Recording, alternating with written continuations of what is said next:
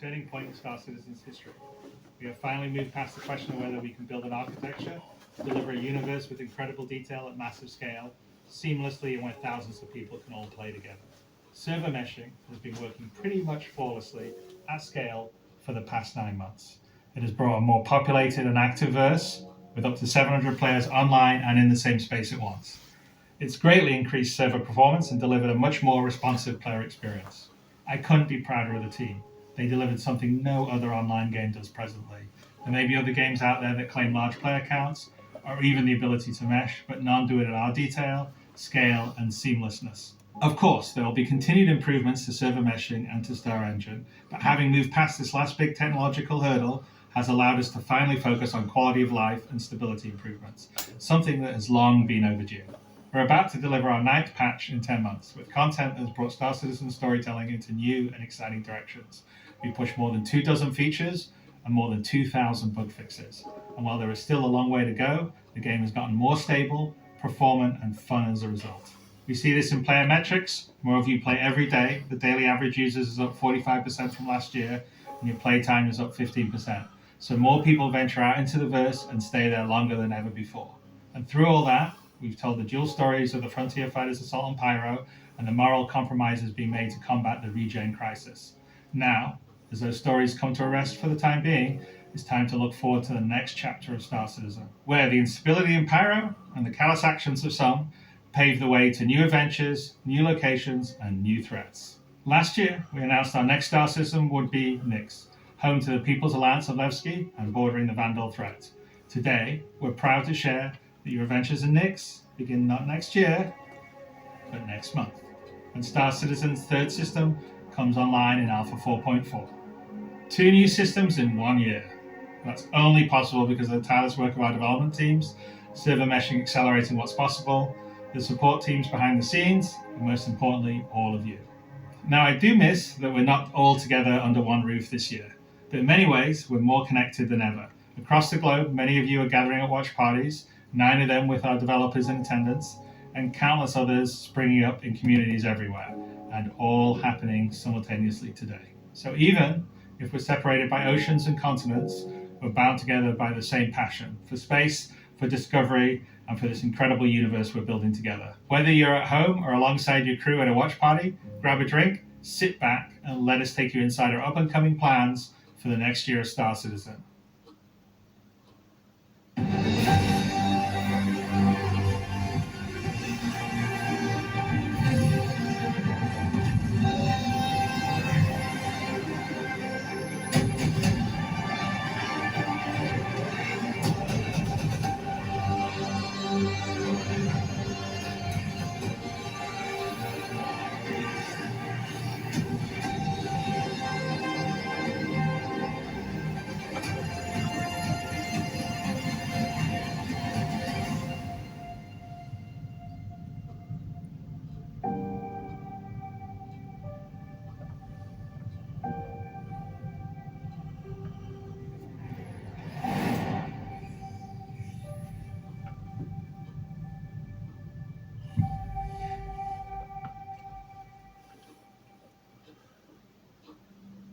With the foundational technology now in place, the content development of the game is no longer restricted, allowing us to forge ahead with building out our first 5 star systems.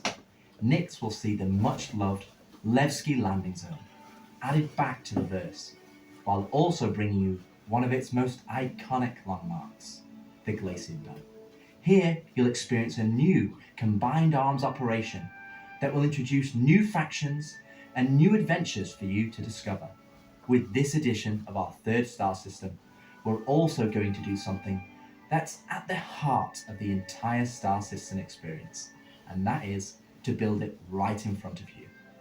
As we have done this year, with the addition of several major locations, such as the Hathor facility or the Lazarus complex, we will continue to unveil new Nyx content throughout the year. It's a slightly different approach to how we deliver Pyro, but we feel this gets the content into your hands sooner and shows our intent as we continue our march towards 1.0. I'm so incredibly proud of the work our teams have done and are continuing to do, and we're excited to have you on this next step of our journey. And as with any journey in Star Citizen, that begins with a little story.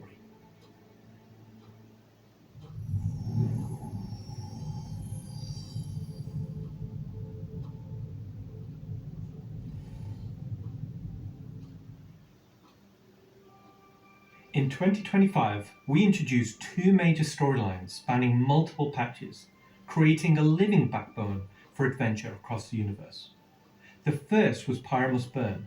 It connected Stanton to Pyro and introduced the Frontier Fighters, who are relentless, brutal, and determined to wipe out any threats that cross them. And with this month's release, you'll now take part in the conclusion to that storyline. The second was Science Run Amok, with the regen crisis throwing the Empire into chaos, and you all jumping in to help the various corporations respond.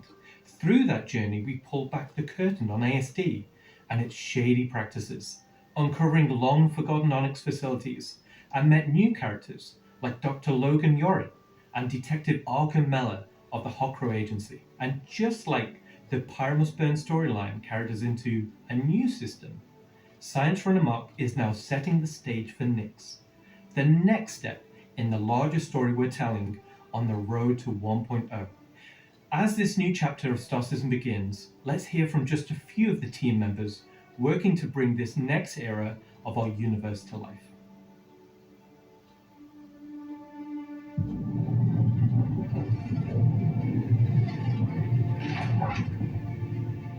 When the Nyx system was first discovered, the United Empire, or the UE, came out and did scans and kind of found out that the system wasn't really resetting. The planets were too hard to terraform, the resources were too tough to get, so they opened it up. And one company saw opportunity where the UE didn't, QB Planet Services. And so they expanded into the system and tried to mine as much as they could, making a very slim margin by the sheer quantity of resources they were pulling out. The system itself sort of ran its course from sort of a large corporate interest perspective, and then was mostly left abandoned. Now this ended up being the ideal situation for the People's Alliance, who were a group of revolutionaries who were trying to overthrow the dictatorship of the Messer regime that was going on in the Empire at the time.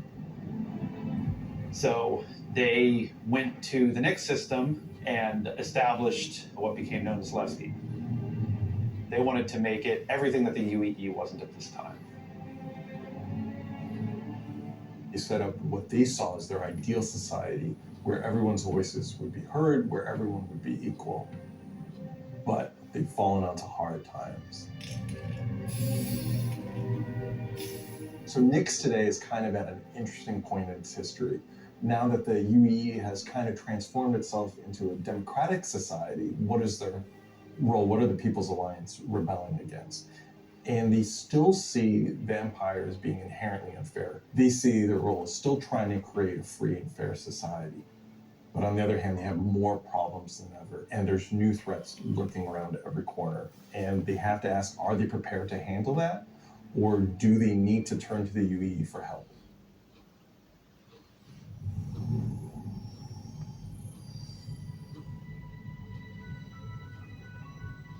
Making a star system is you approach it from kind of two angles in a weird way. What is this system bringing to the gallery? How does this new system plug into it, and what does it bring to the table from a sort of a flavor experience? We want to make sure that whatever it's bringing to the company is unique and has some flair to it.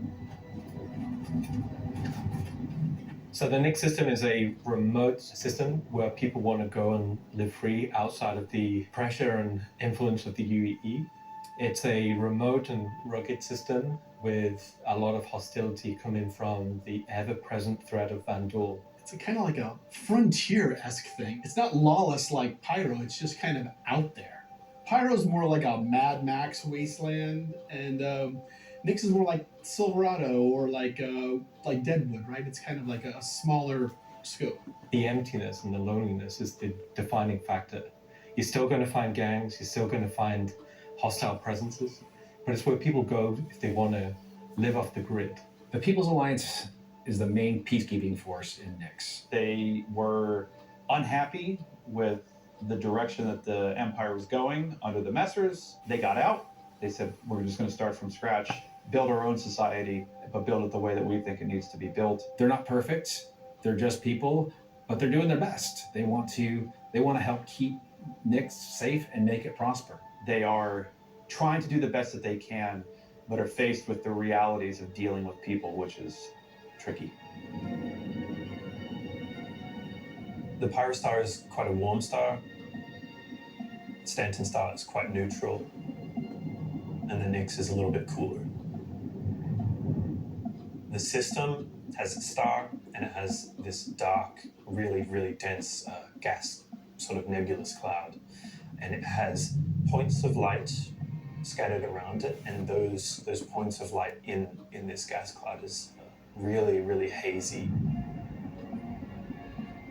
So because Nix is bordering Vandal space, it was important that we have a gap in the Nix gas cloud where you could sort of just, in between the clouds, see a piece of the Vandal space.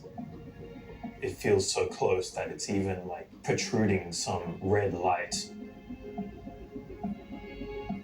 The level designers are using it as an actual visual indicator of where to place more dangerous POIs. So if you point your ship in the direction of it, you should find, as we build it out, that you will be in more and more danger. And I think that's really cool. To give more atmosphere, I was testing out adding some sort of space snowflakes, essentially. So when you look towards the sun, you can sort of see that sort of like sparkle. But then when you look away from the sun, you'll see the reflections and sort of like little glints of light. For the jump points in Nix, we'll have 2 on this release. We'll have one from Pyre to Nix and one from Stanton to Nix. It should be going from Nix to Castra, but we're essentially bypassing Castra temporarily. Hey, we want to make sure you can get there any way you want. Galatian Belt is a huge asteroid belt that is in sort of the middle of the system. Galatian Belt is a combination of a bunch of technologies that we already had. The asteroid fields we use for planetary rings and the gas clouds, and it's combining them to make something completely new that we've just not seen before. It's full of resources that are still left unharvested because it's kind of a tricky spot for mining. It's not the easiest place to go, but that means that there's still a lot of opportunity for independent miners to go out there. So the rocks in Nix are a bit more sharp, like sorts of like icy look, rocky, cliff-like, very different from those in the Pyro and the Stanton. One of the big differences too is all of that extra added movement that just adds a little bit of extra flair. It's also a good hiding spot for people who are trying to elude capture, maybe set up ambushes, that type of stuff. Always feel way more interesting flying in those spaces than just, empty void. And as we build out the Glacier Belt over the next year, lots of places to put new content. Delmar is a very large asteroid in the Glacian Belt that QV Planet Services had built a mining base on that got taken over by the People's Alliance and renamed Levski.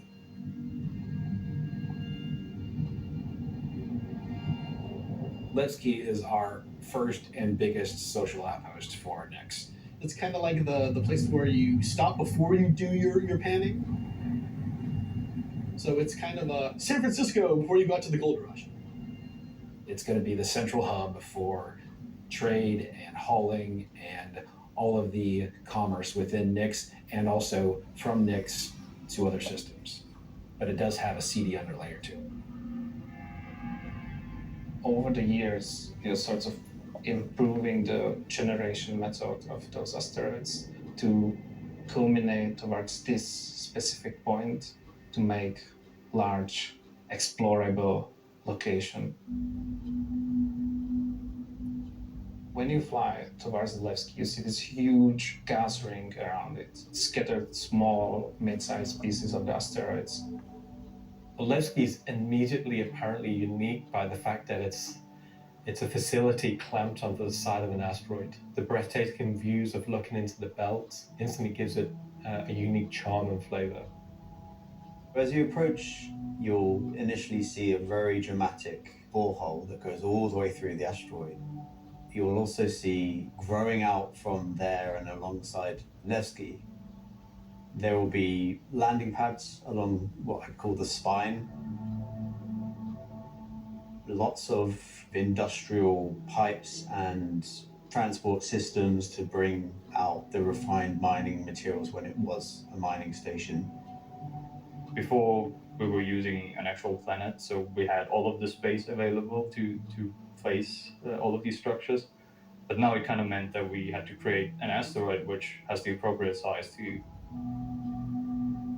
If we took the whole shot of the asteroid, you will see that there is an area to fly underneath. We plan on bringing in whole sea gameplay. So this is exterior cargo elevators. So as a team, you will be able to load and unload cargo. There's a lot more movement on the exterior, such as the cargo trains going around tracks. It's now going to be fully EVA-able. There will be walkways around the main landing zone to walk on using gravity plates, but you can drift off and kind of go wherever you want. They can explore fully the whole place, which is great.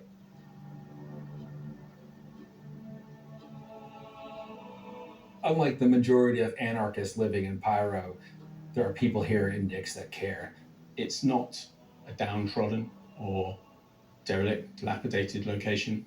It has a sense of order. But only where the People's Alliance has people living.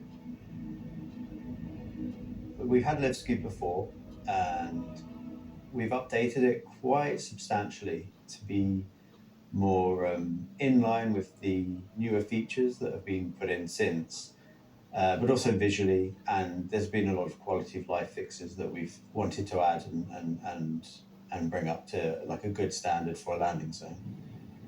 Gracing the main lobby of Levski is a large statue of Anthony Tanaka, who was a child worker. And was being worked to death. All of them were. And Anthony Tanaka just had a break and just said no, and stood up against the foremen, the supervisors, the managers, the guards, and was killed for it. And so he became a sort of a figurehead. And kind of was one of the linchpin moments in seeing the fall of the Messer regime.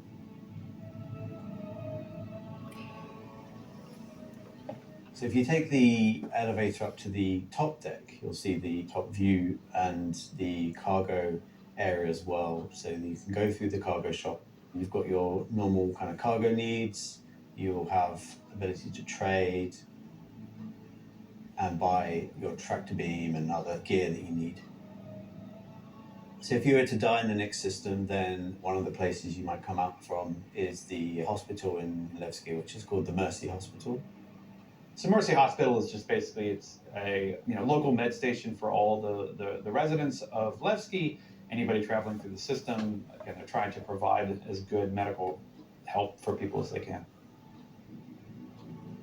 When you arrive at the hab's location, you'll be presented with a lobby, elevator bank, and then you will take that transit to the hab room. So within that room will be pods. And that's where the original miners would have lived. They're not the nicest, and they're a bit messy, but they're a home for people in Nevsky. If you head down to the lower view deck, you'll go through into the Grand Barter, which is your main social and commercial area of Levski. This is where you will see market sellers selling their wares. There will be stalls, there will be kind of more embedded shops. And that includes things like Corderies, which is your armor shop, and also conscientious objects, which is for weapons. There's also one of my favorite places, Cafe Musée, which is where you can go down into some of the more rocky depths and grab yourself a drink, and you never know who you meet down there. If you explore a bit more around the Grand Barter, there's other routes around and little side passages. There's another shop that's away from that area called Teachers. Teach a Ship Shop is basically where you would go if you were looking to pick up a used ship, buy some ship parts, fix up your old ship, find some new stuff, sell some scrap. We've closed up Dumpers Depot for Levski, and everything that used to be sold there will now be sold at Teachers. Another new area, as well as the cargo shop that we've added, is a refinery deck for Levski. That's where you can take your processed goods, not just from Levski, but from the rest of the Nix system, and refine and sell those goods there. As a lot of the content in the next coming releases for Nix is going to be mining related. So it's super important that Levski is a really nice hub for mining type of gameplay. So we're really happy to bring Levski back into the game. It's been gone for quite a few years now. I think it really provided a unique environment of it's run down, but the people who live there love it and are working their hardest to make it a great place to live. This is a location that has a lot of nostalgia for you guys, and we don't want this just to be a re-release. We do want you to go, wow. It's not going to be as complete as Pyro was when it first came out, but it's going to be our first iteration, and you're going to be able to see it grow as we work on it. Like with everything, we're always learning and improving and finding new ways. I mean, is there anything worse for our citizen than just building the system while the players watch us build it around them? Going to add a nice dynamic to Stanton and be a much more calming of style system than Pyro. The people that would have played it before are going to love to see this come back, and the people that haven't seen it before, it's going to be a great new location. This is the first time that I'm going to be able to touch stuff and kind of bring my own content to the game. That's really exciting to me. Levski coming back into the game is a huge milestone personally for me. So I worked on the original quite some time ago. So seeing it come back and updated and improved and better is fantastic.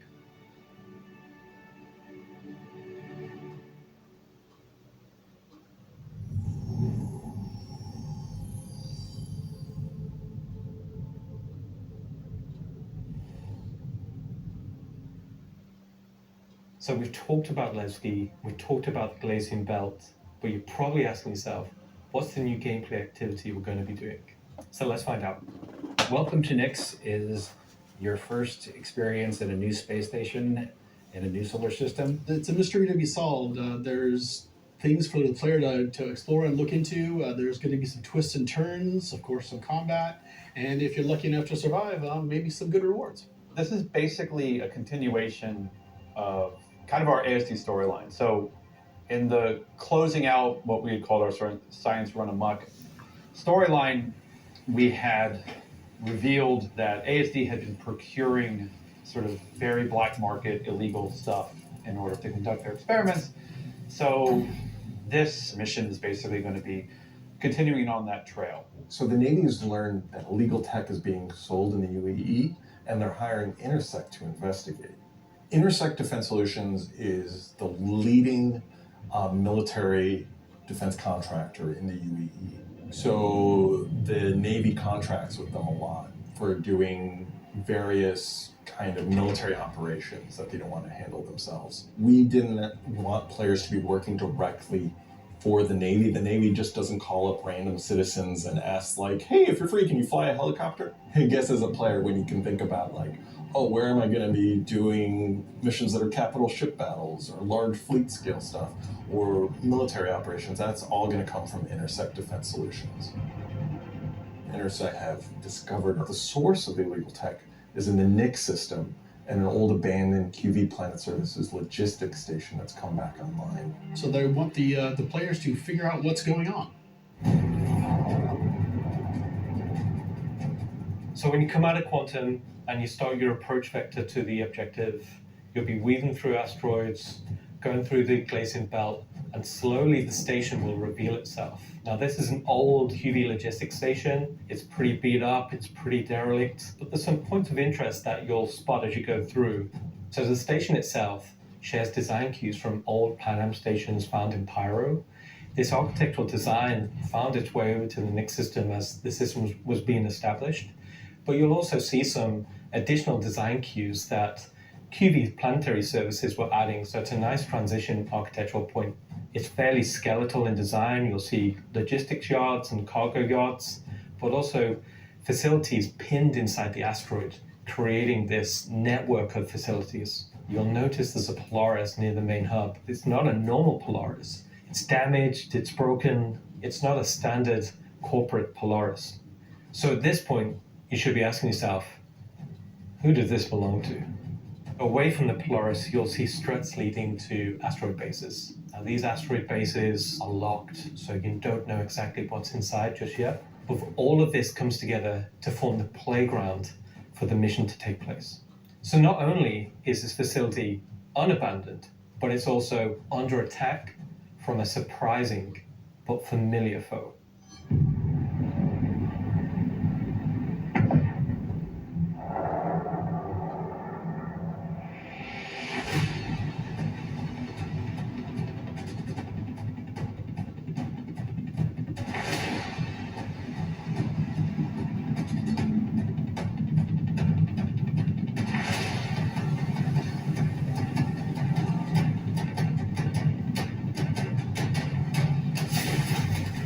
First time in the PU, the Vandal.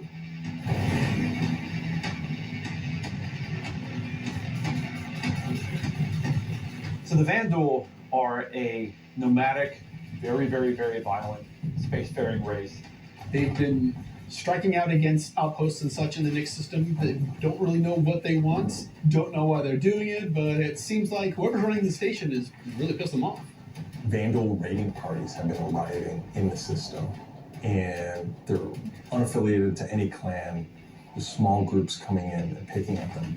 But as time goes on, those raids are getting bigger and more frequent. There'll be the scythes that you're familiar with, glaives and blades that we all know and hate, and a new craft for the PU, the Vandal Stinger.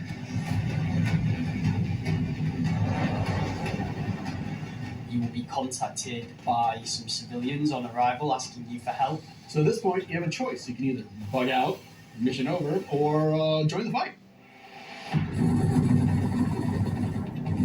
This will be the first time since the PU launched that you'll be able to fight against Vandal aggressor ships. This fight will be intense. The player should be able to deal with them, but they will have to be prepared and they'll have to come back in to fight off this initial wave, and that won't be the end of it. After you fight off the Vandal ships, the mysterious inhabitants of the station invite you to come on board. Which Insect sort of will encourage you to do because it'll help further their investigation against what's happening here, why these QB stations have come back online. You dock your ship, you board the station, and it turns out the inhabitants here have a real surprise for you. The player will be immediately ambushed. These guys are not your friends. Of course, it's not going to be easy because the people that are inhabiting the station are going to fight you every step of the way. The fight will be challenging, but this definitely will be the warm-up phase of this mission. This will be the players getting a sense of what exactly is going on there, who these new people are. They'll be in unfamiliar armor, they will be wielding unfamiliar weapons, and we want you to get a sense that you are in a new place, in a new territory, fighting a new faction. So after you survive this initial ambush, you get back in touch with Intersec, and obviously the question is, who are these people? Why are they attacking? Why are the Vandal attacking them? At this point, there's more going on here than anyone thought. The directive from Intersect is to explore the station and collect as much information as you possibly can. Along the way, you're going to get to explore some new areas. It's not just the space station. There's the disabled capital ship. There's asteroid bases nearby with obvious installations there, other forces that Vandal have been attacking. There's a debris field. Explore the locations in any order you want and try to find out who these people are and why the Vandal are after them. You'll find new clues. You'll find ways to solve the puzzle of what's going on at the space station and find out what kind of loot they have for you now that you beat them. And of course, this is a legally open station, so anything you find is yours to keep and sell, maybe even give to Wicklow. This isn't just a one-time event, this is a permanent sort of mission that we're going to be adding to the game. You can go back and repeat this mission and find ways to do it even better, even faster. There'll be a different story and different flavor. Obviously, we can't have the same thing happen every time. There'll be other missions that Intersect will offer to you based on the evidence that you found. Now you know the real story. You can start digging and giving more information to Intersect along the way.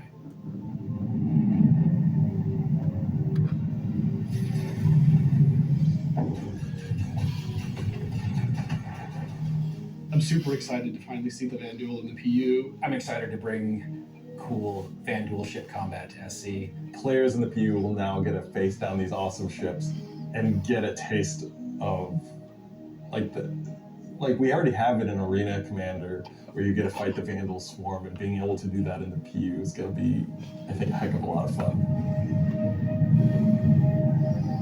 So this marks a great milestone for us for not only pushing hard and adding great content this year, we're also being able to introduce the next star system and introducing the next landscape to tell new stories and add new gameplay beats into the ever-expanding universe. So we'll leave 4.4 there. If you're at one of the watch parties, please raise a toast to the great work that all the teams have been doing this year. And I'll be right back in just a few minutes to look ahead at some of the things coming in 2026.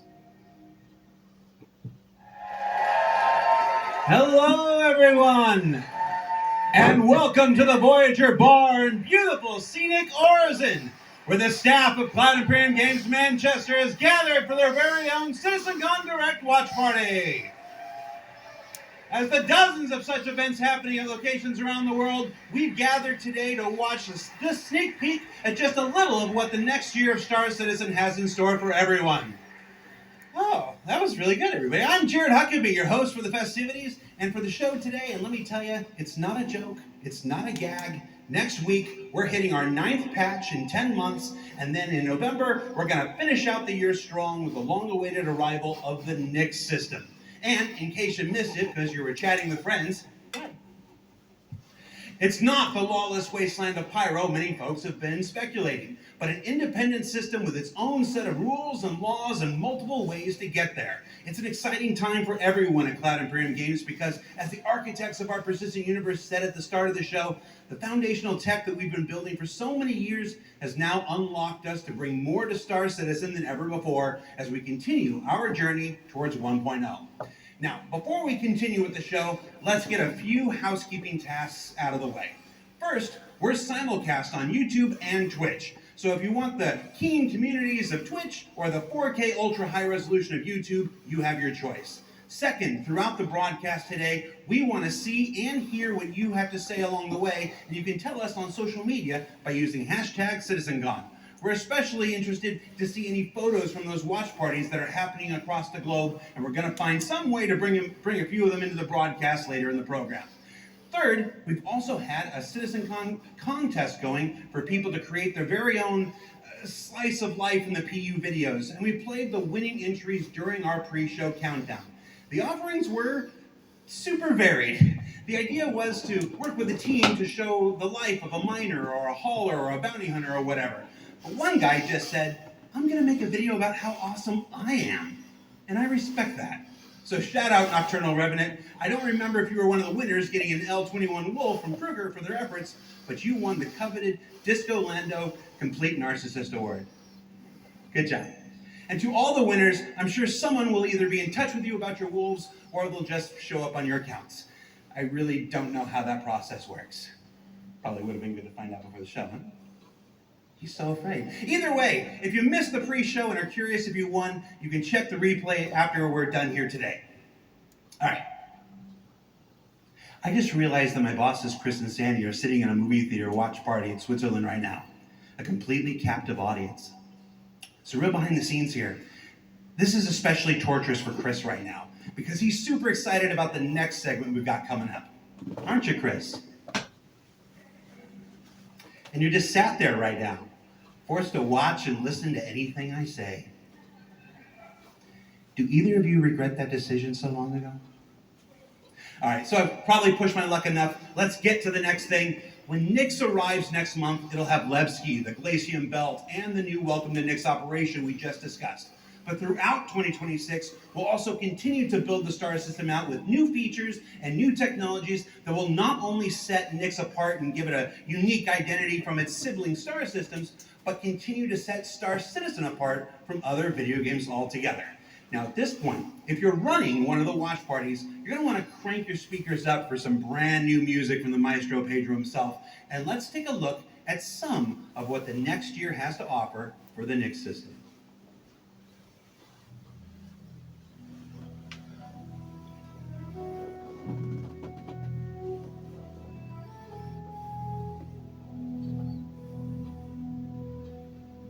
At Cloud Imperium Games, we believe art inspires the best technology, and through the development of that technology, it pushes us to create even better art. When Genesis comes to the persistent universe starting next year, it will change how you experience every world, and not just in the building of the new planets for the Nix system. We will also go back through Stanton and Pyro and reimagine them through the lens of our technology. Previously, and more traditionally, we'd create slices of biomes, like deserts or forests. This approach moved us forwards and got us this far, but solving the scale was always tricky. And for Star Citizen, we like to do scale on another level. Issues like seeing tiling from our height maps from high altitude, or the unpredictable blending when two biomes connected, were common. But ultimately, things just never felt right. Our worlds were gorgeous, but to us, they still sometimes felt like interpretations. Now this was a super hard problem, which we needed to solve at the scale the Star System requires. We challenged ourselves to emulate nature in the most believable way, and not just on a planetary scale, but to our level of detail.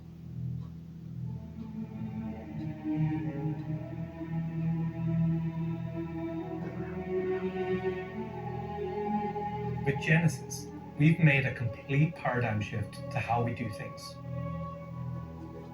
Biomes are now created based on the physical data sets, with the assets being spawned whenever and wherever the correct criteria is found. So when you see a forest or a meadow, it's no longer because an artist painstakingly crafted it there. It's now because it simply wants to be there. It fits inside our rules. Genesis also ties into our other gameplay systems. Our new planets are built from the information we create for our different datasets, like height maps, humidity, temperature, soil type, soil amounts, geology erosion data, to name but a few. This means you can now tell where to find valuable minerals as the geology looks like it would be suitable for it. Where scree piles exist below sheer cliff faces, and where rocks are broken off over time due to erosion. Of course, these new tools still give us the ability to direct the look and feel we want. The attention to detail from the tallest mountain to the smallest flower is still our core DNA. With Genesis, we can now keep that detail-orientated mindset as we focus on the quality, and it provides the quantity. Genesis provides our planets with the ultimate sense of exploration and adventure, discovery in the purest emotional form. We want you to find that perfect place, with the planets providing an abundant resource to harvest. This is a major part of what exploration is for us. We want that feeling of finding a corner of the universe that you'll fall in love with, and where you want to settle down and build your home. Now I'm going to hand you over to Will to go deeper into what we have built that allows Genesis to realize our vision. As a reminder, some of the visuals you'll see will evolve and change as we continue our technological development and hone in on the final look for Nix. Thanks, Ian. So, in case it's not already clear, Genesis is our name for a group of technologies that are improving our ability to build worlds, refining those that we've already created, and ultimately expanding our persistent universe to the scale and quality that we all expect. I work on planet tech, so let's talk about how that's continued to evolve since our presentation last year. And instead of just highlighting some really cool biomes that we can create, let's go ahead and show how all this work applies to the upcoming planets of Nyx. So there are 3 planets in Nyx. Nyx 3 is a gas giant, and I think it's blue? It's not going to surface, I don't really know. Nyx 2 is a yellow, toxic, it's got like this high pressure atmosphere, and it's like a very volatile planet with high risk reward gameplay. It's going to have some really interesting biomes for you to discover, but for now, just know it's going to be dangerous, because today we're going to focus on what we consider to be the hero planet of this system.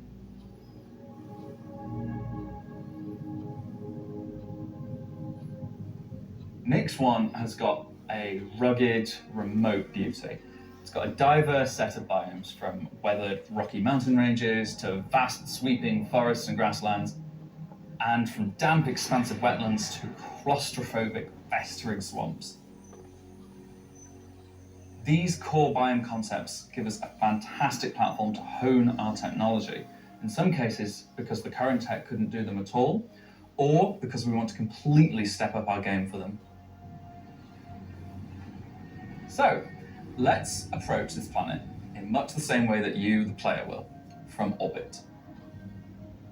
The orbit appearance of the planets going forward is far more tied to what is present on the surface. Previously, we had different data that drove the orbital and ground colouring. That's because the orbit was designed to look like vegetation that we place on the surface, and the ground colouring was trying to be a mix of soil, rock, and the organic compound colouring that forms the kind of colours there. Now we author much more of the data in a unified way. When you look at Earth, you see blues and greens for ocean and vegetation, and brown or yellowy tones for sand and soil. We wanted to keep it as simple as that. The same set of textures and data that define the colour of the soil, sand and rock on the ground are used to create the orbital look. We then assess the presence of vegetation and competition between different species on each part of the planet, and use that to blend in tones of green, including variations due to species health and the current season. This creates a far more complete image and allows you to identify features, geologies, and potential points of interest all the way from space. Let's go down to the surface and start with something closer to what you're used to, but in a whole new light.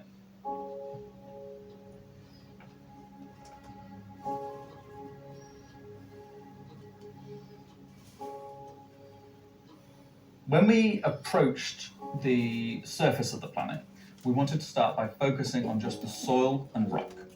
One of the things that was missing from our terrain previously was simply feature complexity. Looking at our contemporaries, we lacked detail at the ground scale. To combat this, we've added a new layer of data. That layer is called the medium tiles. These are intelligently placed on top of the existing 4-kilometer terrain tiles based on slope, soil type, and other erosion data. And these medium tiles don't just create height changes, they also bring in local erosion data both for soil and bedrock size values. And this gives us a whole new level of terrain detail, of scale, and allows us to create far more unique locations across the planet. So now that we've nailed the surface, let's have a look at adding some rocks. We've now got 2 major contributors to the rock content of our planets. Firstly, long desired feature, cliffs. We are adding large scale, very detailed to all our cliffs based on the geology at a given location. This adds an exciting new dimension to steep slopes that we simply couldn't get before. The second is a big one for you ground vehicle enthusiasts. Rocks are now found not scattered everywhere, like spilt popcorn at the cinema, but only in places you'd expect to find them, thanks to a brand new rock scattering algorithm that isn't annoying as hell. Using physical data, generated for each large and medium tile, now rock distribution makes sense and has a physical basis. So if you're still crashing into them after this comes out, that's on you. The rock assets themselves have had a glow up too. We now create rock sets related to a particular geology that look like they originated from the same source. And this ties into how we'll be distributing minables in much more interesting ways too.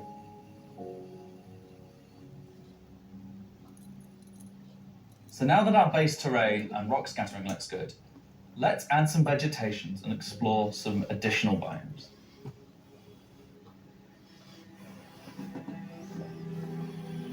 Next one's forests and grasslands are full of trees, various grass species, rock formations, and they're found in all sorts of elevations like mountain valleys, open plains, and dense meadows. When we start to add a bit of fresh water, they begin transitioning into more wetland type biomes. And while forests are super cool, let's focus on the grasslands and wetlands today. So, how are we making these look so great? Obviously, we've had grass before, but never meadows of it. Because until now, we haven't been able to spawn grass in large enough quantities or effectively represented at distance. So we're stepping up our game in terms of spawning, shaping, and shading grass.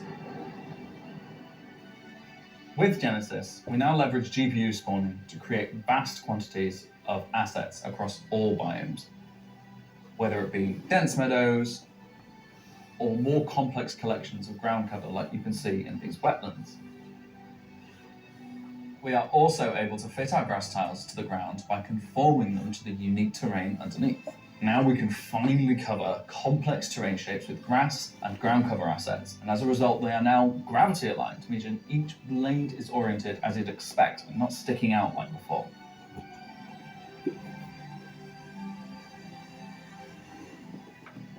Next, let's take a look at how we light our grass. Now, as in real life, the shading of a grass blade, or indeed a whole field of grass, is lit very differently to like a flat surface. We now use a solution that shades meadows of grass far more like fur or hair. And this, if you think about it, makes sense. At a distance, a field of grass is far more like a carpet or cloth than a flat surface. This improves how our grass looks from a near perspective, as well as bringing us nicely into how we're solving the distant representation of grass. So let's talk about the distance problem. One of our biggest achievements with Genesis is allowing us to build beautiful biomes out of flora and geology assets like a building set. Can I say Lego? No. Too late. But in the past, this broke down very quickly when objects simply disappeared when viewing the same biome from 10, 20, 100 kilometers away. Because we don't hide planetary transitions and allow you to view complex regions from very large distances, there are almost infinite perspectives from which you can see a location in Star Citizen. So, how can we afford to evaluate complex spawning logic at runtime for the entire swathes of the planet? Enter the virtual terrain. Virtual terrain, or VT for short, is how we now cache and represent our terrain at varying scales. This has been the enabler for all of the lovely advances in terrain complexity and asset spawning we've shown so far, and it's also how we now evaluate and represent vegetation from a distance. When creating the VT for each part of the terrain, we assess if vegetation has covered the ground, and if so, what shading should be applied. For all of our biomes, we're now able to use the same shading model for the distant representation as the close-up asset, whether that's our lovely rolling hills, some more dramatic rockscapes, those muggy wetlands, or even our festering swamps. So yeah, we didn't forget about the swamps, and they're coming to the next one as well. Built using the lessons learned and all the technology we've developed, these swamps now spring into existence from the planetary data. This biome combines all of the elements from the other biomes we've shown you today, from water interaction, denser spawning, unique ground coverage, and I think it creates something really unique.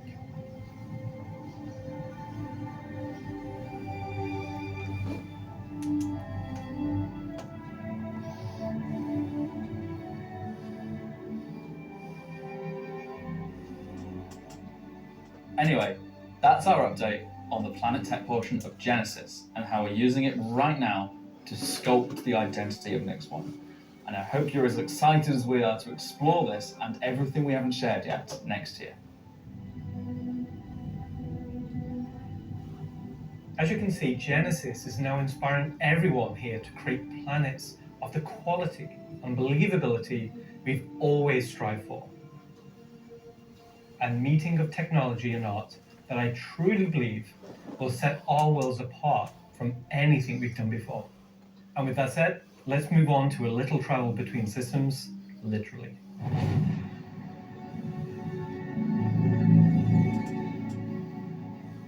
Up until now, our mission system has been specific to the star system you're in, meaning a Stanton mission has to take place in the Stanton system, and a Pyro mission has to take place there.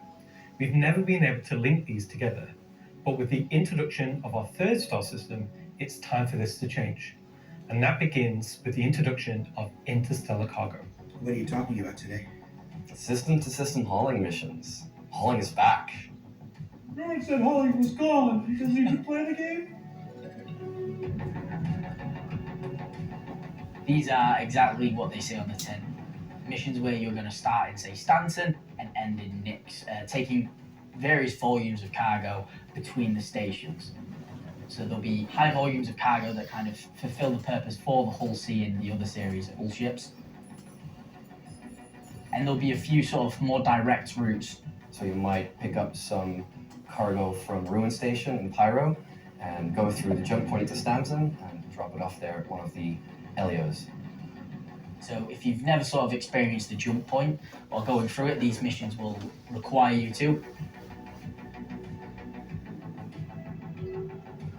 They're no way limited. You can do them in any sort of ship you want, any size of ship. I'll be doing them in my Drake cutter myself, between Stanton and Nix. Just the Drake cutter. I've got a few ships, but the Drake cutter is really cute, so. One thing that we're looking to add with these interstellar missions is scripted combat encounters where you can be attacked by NPC ships. Maybe the mission giver has tipped off some pirates who are looking to get a hold of that cargo, as well as express missions, which means the deadline timers that you're used to in the regular hauling missions might get really tight and you've got to learn to be very fast. All of the love and care that has gone into hauling missions so far, with the logistical network and making sure they make sense within the themes of the systems, just as much love has gone into the interstellar missions we're making now.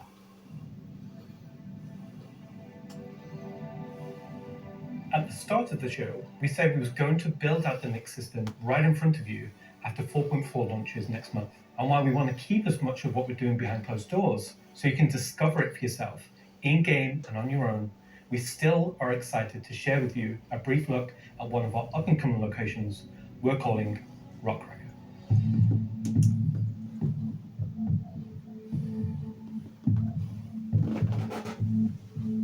Okay, so Rockcracker, Jared, is our internal name. Rockcracker is where you have to crack a rock. It's a big rock. You want more? So way out into the Keegar Belt, you'll find these old QV breaker stations.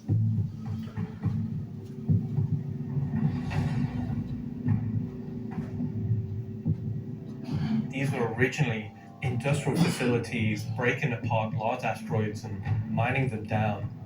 But since they've been mothballed and been left abandoned. So you're going to have to find your way inside and thinking about how do we bring this facility back to life. It's not just about flipping a switch. As you bring these stations back to life, you'll be lighting the beacon and calling attention to these long forgotten places. One of the main features is the laser head, which will require certain things to get working.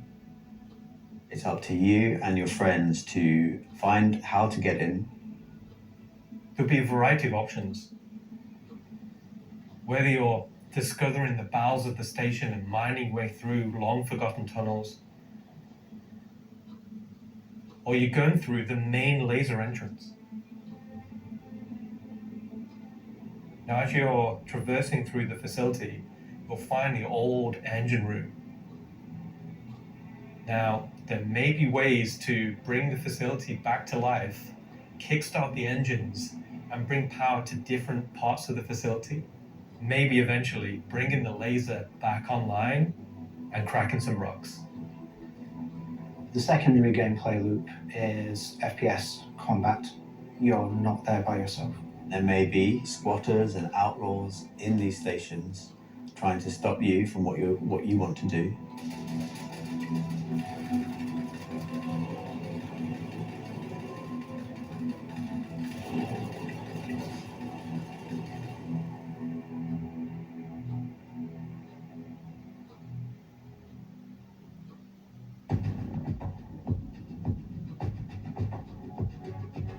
So you've found these old facilities, you've brought them back to life.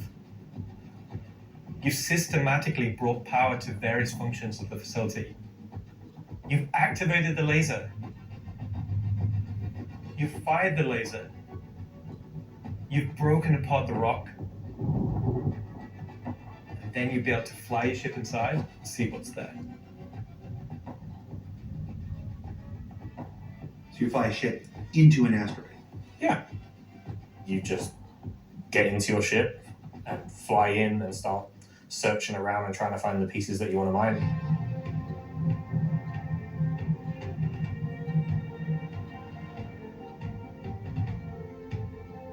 I'm really excited about Rock Hacker because it's a sandbox activity. You can kind of go to these whenever you want to. This content is for players who enjoy mining, who enjoy exploration, investigation, and don't mind a little bit of FPS content on there.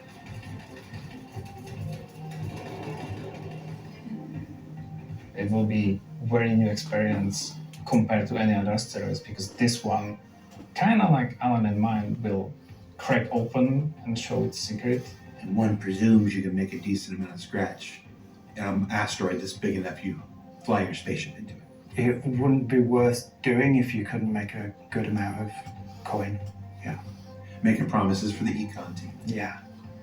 They've got to balance it. It's for people who want a lot of minerals. When crafting comes in, when all the other mechanics and features that we want in the game for 1.0 come in, it will be a place where like an organization or a group of like 5-6 people could come and just get a monumental amount of minerals. So that's a look at some of what's coming over the next 12 months. In addition to what we've shown, there'll be new mission packs tailored to the People's Alliance and their struggles. There'll be events that invest you into the evolving storyline of all 3 systems we'll have in the game. And of course, when we begin populating these with new planets, there'll be a whole host of ground-based POIs, settlements and structures inhabited by those trying to make their way in the verse. And all of this in service of building star systems that complement the massive corporate yard of Stanton, the lawless ganking of Pyro, and now the new frontier of discovery for the next system. Shall I say ganking? You already did.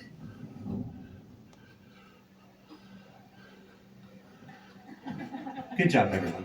So yeah, a whole lot to take in there. Interstellar hauling is the beginning of a massive expansion to the mission system that'll let us connect these 3-star systems like never before. What else we got? Rockcracker. Rockcracker is just one of the next operations that'll be coming to the Nix system in the first half of next year, where we're gonna fly into an asteroid and do that thing that miners love more than anything else. Complain about PvPers getting in their way. No, I'm being told it's mining. It's mining. And of course, one of the most anticipated features coming to Star Citizen, Genesis, and what that means for the planets of Star Citizen, including the ones already in there. So let's talk to Will Hain and find out more. And I'm just remembering that Will Hain is in France at the watch party. Okay, France. Ask Slarty Bartfast over there how they're going to use Genesis to update the planets and moons of Stanton and get back to me, all right? And see if we can get some paywords. What else we got? The Citizen on Digital Goodies Pack. That's a hard thing to say. That went up for sale a couple weeks ago and has a whole bunch of mysterious items in it. And that's where I can tell you now that almost all of them are tied to the Nix system in one way or another. So let's find out what's actually in there. There's a gunship flight suit and helmet, 2 armor sets from that mysterious faction causing a ruckus with a van duel, and an Intersect BDU sweater and outfit, a couple of crazy weapons that I'm certain we're going to learn about in just a few minutes, some slick Levski swag, and finally, to celebrate the long-awaited addition of the van duel to Star Citizen, a cool van duel knife and adorable plushie, which I swear to love and squeeze and cherish forever. So yeah, it's a pretty solid haul for this year's Digital Goodies Pack, which you can still pick up right now on the RSI store. So now, let's go ahead and transition into our next segment. Much of what you see in the show today has been the culmination of a lot of people's work. What's up? All right, I had a dream about like this once. Yeah. Okay, so against everyone's better judgment, the thing has finally happened. Can I help you? How do you think the show's going? Good. We're getting the Nix star system and the Vandal are coming. Kind of been a lot of Nix, right? Well, yeah, but it's a major milestone and it deserves a major showcase celebrating everybody's hard work. And you got more, right? Well, yeah, there's spaceships coming in. Cool. Wow, it's like they only scanned the original community portion of me. If pictures steal your soul, imagine what face scanning and PCAP does. Well, this has been super cringe. So I'm gonna head out. Bye. Oh, regular CitizenCon is still better. You should have done that. Of course. Thank you. Part of me that isn't a soulless marketing puppet. All right. No. Let's just go to some spaceships, shall we? Hi, my name's John Crew. I'm the vehicle director here at CIG, and welcome to Talking Ship, where we're going to talk about 3 new ships coming to the persistent universe.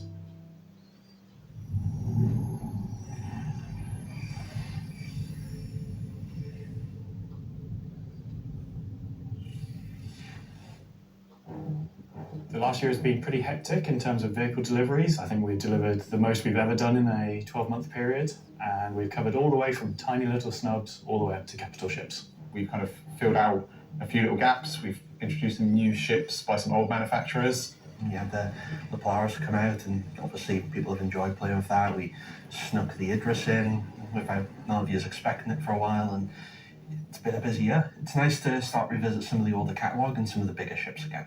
I think my favourite ship from the last year is a tie between the Wolf and the Golem. Favourite ship from last year? Probably the Wolf. I feel like it's the obvious one. I'm trying to think of something else, but I really like the Wolf. Everyone's mentioning the Wolf. The Wolf's everyone's favourite. The Wolf, obviously, a return of Kruger, a completely new aesthetic to the game. The Wolf was, it was kind of everything we set it out to be, and it revived an old manufacturer. We've not seen anything from a while, so yeah, I'm going to say the Wolf. The Golem, I think, is just an incredibly well-formed ship in such a small package. It really just shows off that Drake aesthetic, giving you the absolute bare minimum needed to perform a role. I honestly do really like the Zeus. I think it came out really well. It's kind of hard to pin down a favourite, to be honest, because we've released, a lot of really cool ships. Next year, we've got some super exciting ships coming up. We're taking off a few big ones, which is good. We're going to see, again, maybe some ships from some manufacturers that don't have that many in their lineup. There's a few big challenging ones starting, so they're good. A breadth of ships, should we say. The 3 new ships we're going to introduce today all tie in some way to the primary factions fighting over the Nix system. We'll start with the People's Alliance and Anvil Aerospace. Anvil is a very military-based brand. It's been a brand that's in Star Citizen for a long time, fighting for lots of military contracts and law, often up against Aegis, and to the point it actually beat Aegis in the past. You will be familiar with a lot of their ships' designs, such as the Hornet and Lightning. Earlier this year, we introduced the Angle Asgard based on the Valkyrie chassis, which is an extremely popular offering. And this year, we're bringing the concept ship we introduced last year, the Angle Paladin, to life.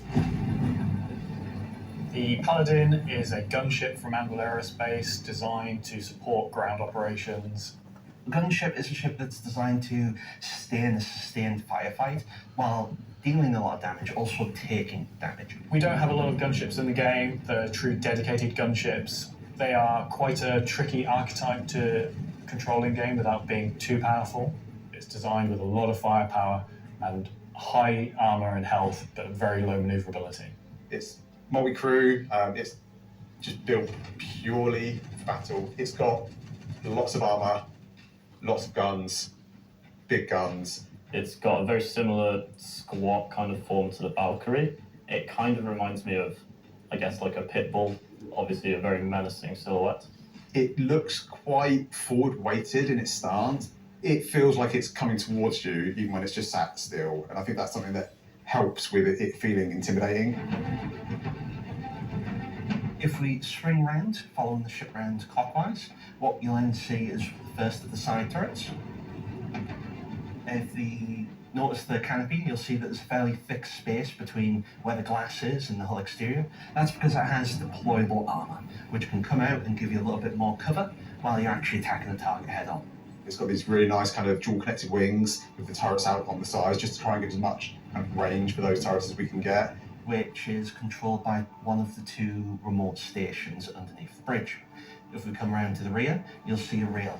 Now that rail mounts the main turret of the ship, which is controlled by the co-pilot. So you've got full 360 coverage underneath, full 360 coverage on top with it, and then the side turrets also have 360 coverage that way around and 180 out sideways. So really you have, between the turrets, pretty much 360 coverage in all directions.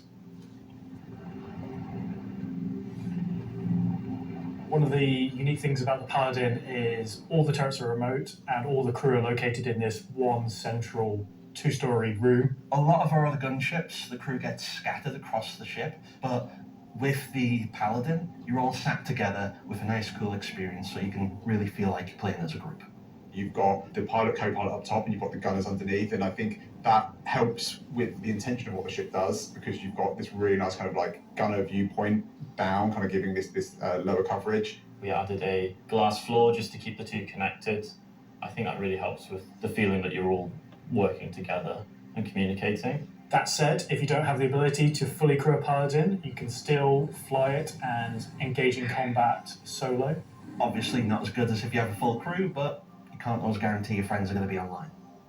As a solo ship, it's pretty capable of doing a variety of missions within Star Citizen. So if you want to run this ship solo, you can take on combat missions that, say, other heavy fighters like the Scorpius or other ships such as the Drake Cutlass could do. Coming aboard the Paladin, you enter into this sort of armory ready room area. You have a variety of suit lockers and weapon racks in this room. Everything is very militaristic, stripped back, simple. It's a very functional space, but you'll find everything you need in there. One of the improvements from the original concept is we've added a small dedicated cargo bay area, allowing you to store actual SCU crates. Forward of that is the route to the lower gunners, and then upstairs you have the bridge area, and then off that central area you have the dual living quarters, one on the left, one on the right, and then at the rear you have the main sort of engineering area where the majority of the components are. Also within the upper traversal area you also have a little breakout area with seating, food machine, toilets, etc. I think it's a very cool looking ship. I think we did a really nice job of taking what was there in the concept and adding an extra level of detail and trying to kind of push things forward. I think it hits the nail in terms of a really solid military ship. It's really complementary to some of the other ships in the Anvil lineup. So something like the Valkyrie, where you've got this big drop ship. You know, the Paladin's there just to make sure it's safe, make sure no one messes with you, and just basically scare people away. The thing I like most, I think, about the Paladin is that it's very clearly got a crew of 4, and they all kind of work and operate under the same conditions. You know, the pilot, co-pilot, and the 2 gunners, they're basically all equal on the ship. There's one toilet, everyone's got the same style of bunk, when they're at work, everyone's at the front of the ship together. It's really odd to me that you call that. You like that there's one toilet for 4 people. Well, you know, it's you all work together. You're all equal at work. The toilet seat never gets cold. Toilet seat never gets cold. Yeah. So that's the Anvil Paladin. Whilst originally a military-built craft, it's the perfect ship for folks on the frontier trying to defend against threats.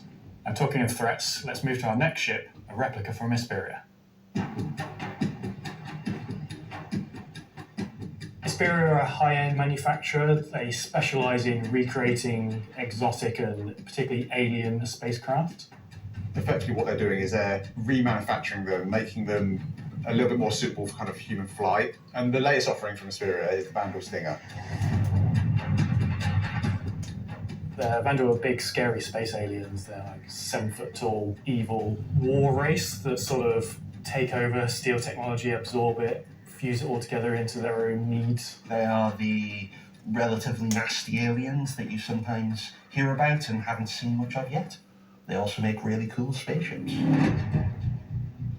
The Stinger as a Vandal heavy fighter was reserved for their higher tier sort of ace pilots or high-ranking members within their clans. The Stinger is a competitor to something like the FA or I guess the Scorpius. It packs a lot of firepower in quite a large frame, so it's a very, very tanky spacecraft. The firepower is almost unrivaled in terms of just both the number and the size of them. So it's there for players who don't want agility. They don't want to be in and out quickly. They want to be there brawling with big guns and taking all the hits. One thing Hesperia have done differently with the Stinger is they have done away with the majority of the bespoke weapons. They heard everyone's complaints about the glaive and blade and have stripped off the original Vandal weapons to allow customization for standard human weapons. With the exception of the single-size 5 gun. Because it was too well integrated into the whole, even for Hesperia to remove. All the additional weapons are generic mounts, so they can be swapped with any of the existing lineup that we have in the game. By doing this, it provides greater flexibility to the end user, and this is something Hesperia wanted for the civilian market. For that one bespoke weapon, the size 5 plasma cannon, functionally it is the same as the existing size 5 plasma cannons on the Scythe and Glaive, but it is a sort of Gen 2 model and wraps it in a different aesthetic compared to those models. You'll see they're very much older Vandal styling. This is much newer Vandal styling, but underneath it is the same weapon that people have used for years. Our job as the vehicle art team on the PU was to take the Stinger from the Squadron team and prepare it for life in the PU. We took an opportunity to take, this really well-established art style and, added extra details where needed. So the exterior is a real blend of these kind of hard surface, kind of rare alloyed kind of wings, and then underneath this real kind of organic structure that kind of webs all of the ship together. It connects the thrusters in, it connects all the kind of underside of the vehicle and pulls the whole ship together. You can tell it's very different from the Vandal ships that are currently in the PU. If you take, for example, the way the cockpits are constructed. Up at the front, we've got this big kind of bubble dome that gives the cockpit quite a unique shape compared to some of our other ships, and also gives the pilot a unique position within the ship and kind of gives great visibility out the front. Boarding the Stinger is a little unusual compared to other ships, obviously being alien in nature. You're going through a ramp at the rear, and it leads you kind of straight up into the belly of the ship. There's, lots of organic detail, rib cages, kind of strange alien forms.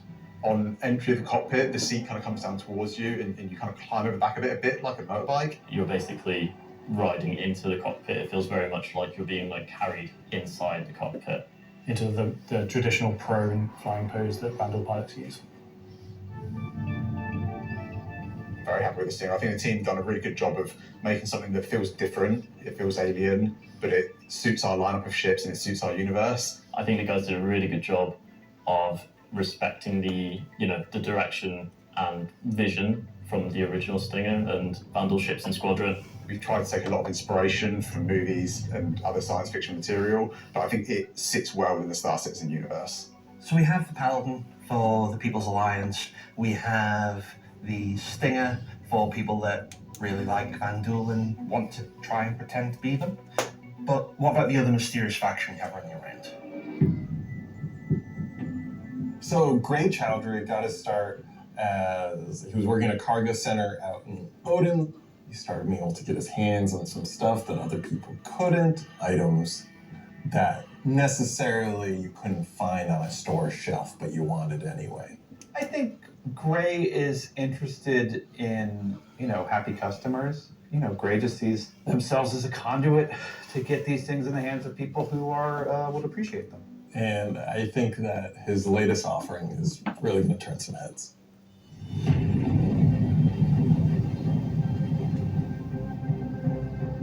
So the Shiv, well, we don't really know what it is, to be fair. It's what happens when someone who is a genius at aeronautics and ship assembly is given free rein to do whatever they want.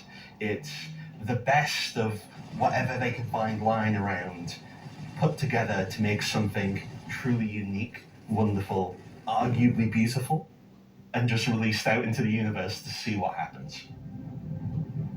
At first glance at the exterior of the Shiv, I think most people will probably recognize there is more than a fair proportion of the cutlass visible there, but it's had quite a few changes to it. As you look a little bit closer, you'll start to pick out elements from other ships. You've got, main thrusters that are from the Valkyrie. Even the bits that are obviously a cutlass have had panels welded on, panels removed. The top turret, which is now remote, is just this hodgepodge amalgamation with multiple other ships' turrets. And then the changes continue onto the inside where, again, it sort of feels cutlass-like, but then you'll find there's bits of Crusader ships just integrated into the wall instead of what was there originally. It has lost its side entrance, some of its cargo capacity, but what it's gained is it's gained visually more powerful thrusters. It's gained a really kind of nice set of belly thrusters. It's upped its firepower. As ever, with the refined work from Gray's Market, you can see that great care was taken to the health and safety to ensure that there's no trip hazards anywhere. There's loose cables, panels are exposed. If you look carefully, you'll notice there are tools laying around in the cockpit. It's gained a toilet. Bucket. Yeah, it's one for doing something, and you need a second one to wash your hands. It's not an animal. It has very much taken that ethos of Drake and moved it down a level, which I think is quite an achievement. Just look at this thing. How do you even begin to describe the madness that created this? It's the Shiv.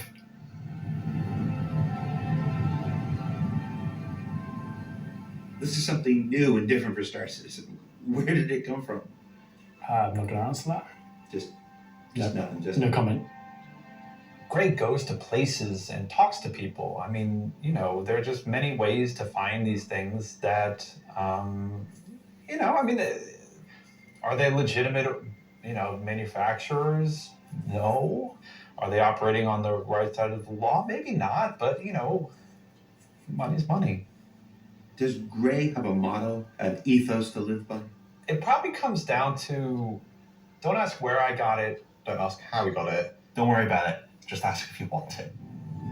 I think the Shiv is for someone that is looking for something a bit different, a bit away from the norm, that just wants something that's unique. It's definitely for people who like a rustic aesthetic. It's a fun ship, but it's also really strong, to be honest, and it's absolutely a statement.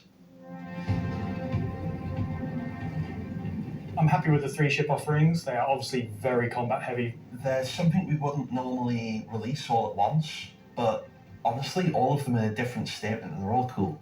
As always, super excited to release these ships into the game and just see how players react and play with them. It's always fun to see the quirks and the shenanigans that people get up to with them. So that's Talking Ship for another year.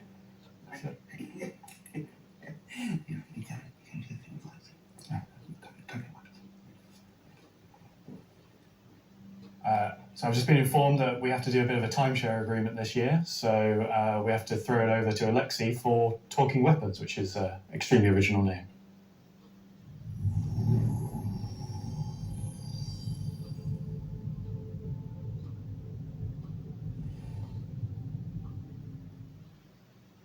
I'm talking about the new edition that came out in October. The non-weapons are essentially the weapons that does not have a manufacturer, the weapons that you can think of that were made by space pirates. Gray sells whatever he can sell. Sometimes he gets his hands on some weapons that come from unknown origins. He will sell things that no company in their right mind would ever make. These are the most kind of like scrappy and taped together and the most kind of like pyro-ish weapons that you can think of. Right now we're releasing 3 new weapons. Rocket launcher, the LMG, and the long-awaited Space AK. I think this is the one that not only is the most in demand, but I've been politely badgered about the most. It's a fun rifle that basically fires energy and ballistic in sequence. So your first shot will be your ballistic, your second shot will be the energy. You'll see on the top of the art, there is a bolt that cycles the rounds, and that goes off with the ballistic shot, but it does not go off with the energy shot. And that is just like a really fun way of making a weapon work in kind of like a scrappy, glued together kind of aesthetic. The LMG, this thing is a really fun, slow firing, hard hitting beast. It will bring the 50 cal, and the only other weapons that have this right now in the verse are the bearing sniper rifle and the Coda. Honestly, if you even get hit by one, you just instant tier 1 injury, back to medical. Are you even trying anymore? You know what? We made all these really complicated, fancy guns, and some people just want, I want a slow firing rifle. Give me a scrap together box that fires the biggest thing you can possibly find. We don't have a rocket launcher of this caliber. It will be 3 grenades straight together that you pull into the tube and fire towards your enemies. The cool part about it will have an arming distance, so you'll not be able to just point it towards an enemy. So it's going to have a lot of spread. So essentially, you're going to have to get very close with your launcher to be able to blow up ships with a single payload in it. You can't actually aim with the apparatus, because you've got the tube on your shoulder, and you try to aim it, you have to physically put the tube in your head. So we were like, oh, we can't have an aim apparatus for this. And then we realized, like, it's in the spirit of being a tube that you can't use the aiming apparatus, and you just kind of like, all right, I think that's the middle of the screen, I'm going to hit it. It's in the spirit of being a tube.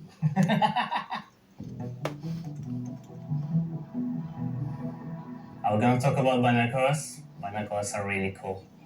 We don't have anything like this in the verse, and I think it will be really convenient to use something that's dedicated to look for the things, especially far away, instead of using your sniper scope, for example. Will the binoculars have glint? I'm not aware of this one. Probably not, because binoculars are not something that you need to be aware of. It's really funny because obviously, due to glint gate, as I beautifully internally call it, basically there was a lot of community feedback basically saying like, oh, I really like spotting people. I really like playing a spotter. And essentially I was like, oh, this community wants to be able to spot people from distances. And what can we make gadget-wise that doesn't require new features? And it was like, binoculars. And I prototyped a thing which essentially was just a scope in a hand, and it worked. So we've got some really cool binoculars coming that allow you to spot people from distances. And how much damage do the binoculars do? Depends on how you throw them.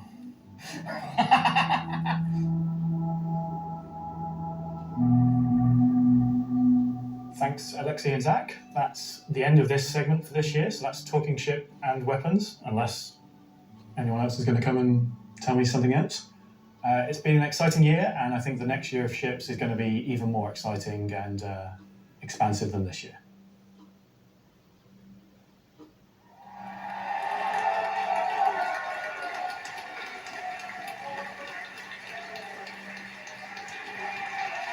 Well. That is an eclectic bunch of combat ships for the verse, and they're all available right now up on the robertsspaceindustries.com store. Also, any minute now, there's going to be a PTU drop that includes all 3, so you can fly them now ahead of their release next week when Alpha 432 goes live. 3 combat ships. I wonder if they'll have any additional uses coming up later in the show. That's a hint. All right, what else can I shill? Oh, there's merch. We've got these cool new Levski desk mat things. These are always popular. There's some Levski metal posters on the store, and of course, love them or hate them, but you can't avoid them. There's this cool new Wicklows Emporium t-shirt. Yeah. There's also a page published earlier today with a bunch of links to offerings from our third-party partners, from eye trackers to gaming chairs to voice packs to spaceship models from new partners like Planet Ring and Pigeon Spaceport and more. You can find all of that on the RSI website as well. And what else can I show? Oh, for those of you who are at watch parties, where is it? Challenge coins. Who doesn't love challenge coins? There's these lovely Levski themed challenge coins if you're attending one of the 9 official watch parties around the world. There's also a digital one of these in the goodies pack, so you check those out. Don't leave today without getting your Levski challenge coin. All right, what else can I show? Now I'm kind of tired of shilling. All right, let's find out some more about where we are. Simon, can we move? Can we do? Oh, yeah. Look at that. Okay, here we go. Pardon me. Here we go. Excuse me.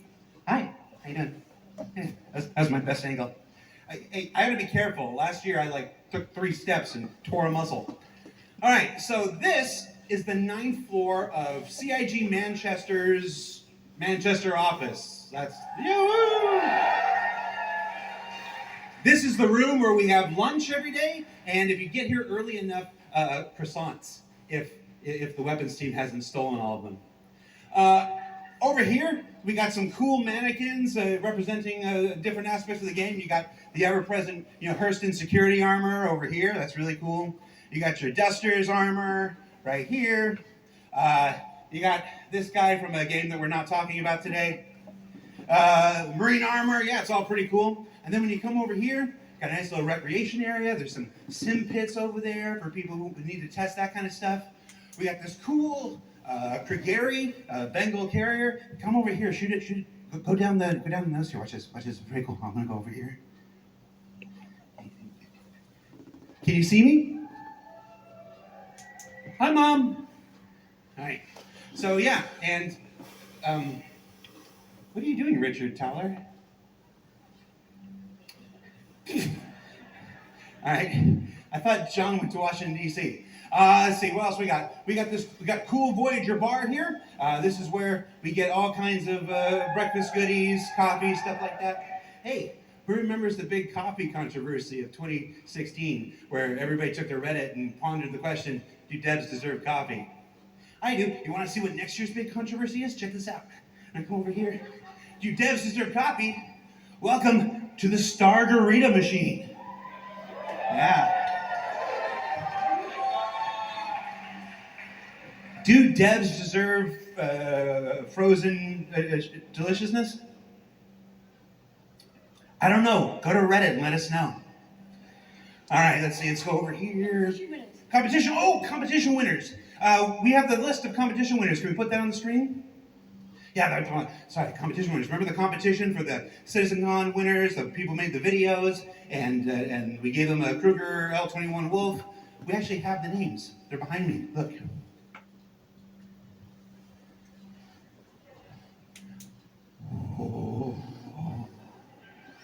All right, that's cool.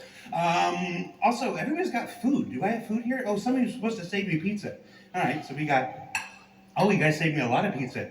Let's see. There's like 3 different kinds of pizza here. What if we just combine them into like a challenger situation here?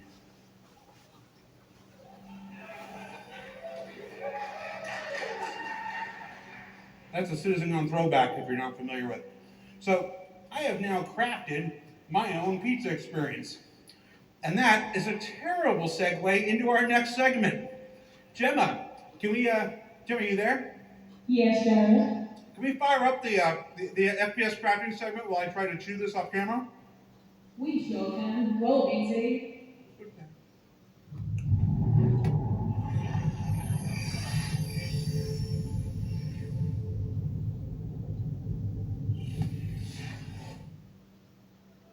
Star Citizen at its heart will always be an enormous sandbox experience where you can set out to tackle the universe in whatever ways you want. But that doesn't mean we can't shape parts of the universe here and there to better suit our needs. That goes for both you and us. Let's start this part of the show with a look at how crafting is going to change everything from resource gathering, refining, and even combat when it comes online in the next few months. First version of crafting is going to be quite small in scale. We're going to use it as a kind of a concentrated effort to allow the players to experience the initial UI, the flow of gathering materials of different quality, and using those to craft items which are better than what they have currently in the game. The first version is going to be primarily FPS items that you can craft, weapons and armor. For Star Citizen, crafting is our primary progression mechanic. Star Citizen isn't your standard MMO. We don't have levels. We have ships, we have gear, we have things that you create in the world, you perfect, you research, you improve, and those items, those ships, those vehicles, the armor and weapons, that's how you progress in Star Citizen. Crafting isn't just a progression mechanic for creating new items, it's also a fundamental change to how we handle resources in the game. The materials that you collect, how you refine them, quality matters. Crafting the weapons, you'll be able to have some quality materials to influence the item stats on those weapons. It'll be somewhat random, potentially weighted on the location of the material. Some will have a higher chance of higher quality. And once you take those materials to your crafting bench, the fabricator, you can use them to craft, and the different attributes will be increased based on the quality of the materials you use. It's not just iron ore anymore, it's iron ore of the quality that you know will get you the stats for the item that you desire. And it's not just mining, it's essentially every resource we can get our hands on. To support this, we also need major changes to inventory so that all of these new resources that you're collecting, you can see what you have, you can order it better, you can understand what you have in your inventory. We won't have the new refining crafting system yet, we'll be using the existing ones. Those will pass the quality through into the refined materials, which you can then take to your crafting machine and start making your personal items. Once you have your blueprint and your quality materials that you've refined, then you can put them together on the item fabricator. This will be pretty much what we showed in last year's CitizenCon, with the UI letting you assign your quality resources to different aspects of the item. Once you're happy with what you see on the preview, you'll be able to click to craft and it'll get queued up and your result will be produced sometime later. You'll be able to get the new crafting machine from shops in most landing zones. You'll be able to bring it up on your freight elevator and use it in your personal hangar, or tractor beam it around and stick it on a ship if you want to use it from there. There'll be a small amount of blueprints you get credited to your account just to test and mess around, but the vast majority of them will be earned through missions, and then you can use that blueprint to craft the item that it is that you've got the blueprint for. So it should be a good reason to go and test all the different various missions in the game. The advantage of crafting your own items is that they'll be better than anything that you could buy from shops. You'll be able to increase and improve item stats that are relevant to your gameplay. Maybe your gun will shoot faster, maybe it'll do some more damage, or your armor will have greater resistances against environmental effects or incoming fire. You might be wondering, what about the upgrade and research? That will be coming in a subsequent release. We're happy with this initial scope for crafting. It's going to be so valuable for us as devs to kind of get the metrics in, get the feedback in, because then we can make the changes that, they only become obvious, so to speak, when you have kind of mass amounts of data and mass amounts of users using it. So I'm very excited to get it out in the wild. It's our intention to get crafting out on tech preview by the end of the year and get the testing we need so we can release it when it's ready.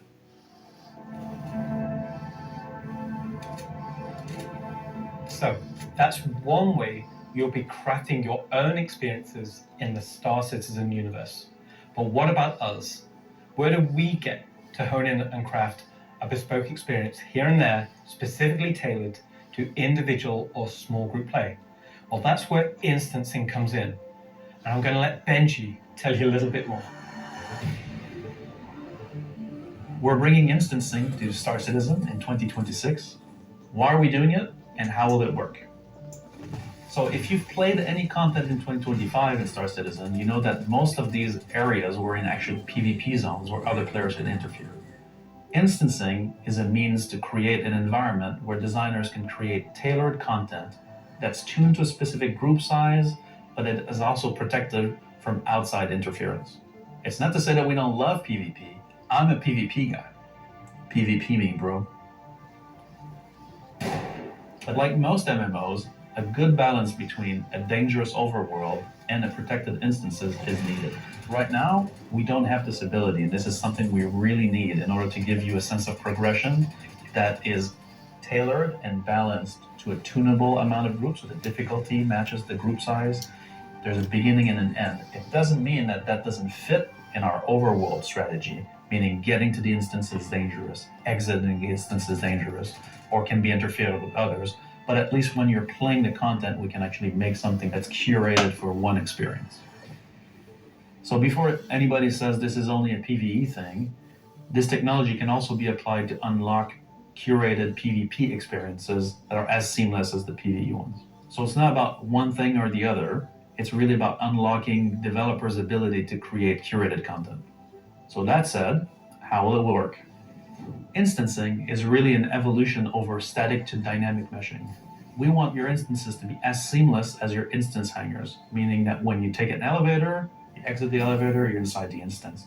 A gateway opens, you cross that gateway, you're now into your instances. Could be also a quantum jump into an instance that you don't even see. The transition is just like a dynamic mesh transition.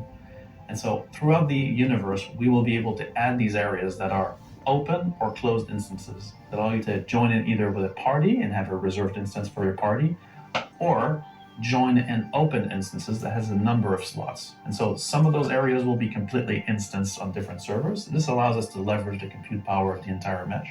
The closed ones will be really to drive one piece of content. You enter and exit seamlessly, just like we do with your instance hangars currently. Let's go and find out what one of our first instances will be. Siege of Arisen was an event we did previously, which created a gameplay scenario where the player had to run through and progress through contested islands of Arisen. This was a high-paced, high-intensity event, but it struggled a little bit from its technical execution. But now with the introduction of instancing, it gives us an opportunity to evolve it and modify it and make it better for you in a small group to work through that activity. It is an event that I had the honor of pretty much solely designing and building all of the logic and having the stress of trying to get it working. Agent Dooley from the CDF puts the call out for volunteers because basically the Nine Tails have taken over sort of a cluster of floating platforms in Orison. And you are there to kill these sort of lieutenants of this terrorist organization and take back control. So in our current thinking, Siege of Orison is designed for about 15 to 20 people fire team. So you, your friends, or your org will go in, you'll all have sort of dedicated roles. Some of you might be the tank who brings in the heavy weapons and sort of pulls the fire. Some of you might sit at the back and be the sniper and pick people off who are a bit further to make the advance easier. Some of you will be the medic whose sole job is going to be revive and look after the rest of your team and the health of them. And some of you will be the people who push for the objectives to try and get sort of most of the mission done. The event was designed for about 15 to 30 people, but when we released it, we fixed the problem with 2 DGSs on one server that was fighting for resources. And with that, we also upped the player count to 100. So when it first debuted, it was already too full for what it was designed for. It was a massive operation at the time. I think that bringing it back and giving it a refresher will be a fantastic addition back into the PU. So imagine if Siege was a instance that you could go in and play solo, or if it was a public event that you could go with your friends, or you could join up with random players on the server. There's lots of ways that we want to take a look at Siege, how we can make it a more approachable piece of content. I'm excited to say the least to bring back Siege of Orison, a 2-star citizen, and to sort of have it be one of the first tests that we have for instancing and really get it back to sort of a core experience point where it should be.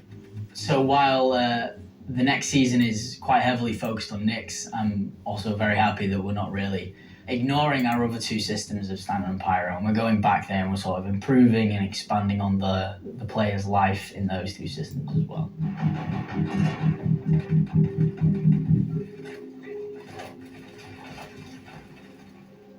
Yes, and while things like Genesis, interstellar hauling, crafting, Siege of Orison, and more will reveal next year, we'll continue to bring life into the existing universe outside of Nyx. There's still one more exciting use for instancing we're building right now.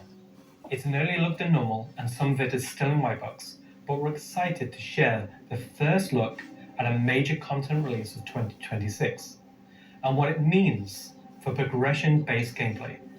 As an evolution of our Building Interior initiative, you won't discover it by accident, because when it's complete, it will be found deep within the heart of Levski itself.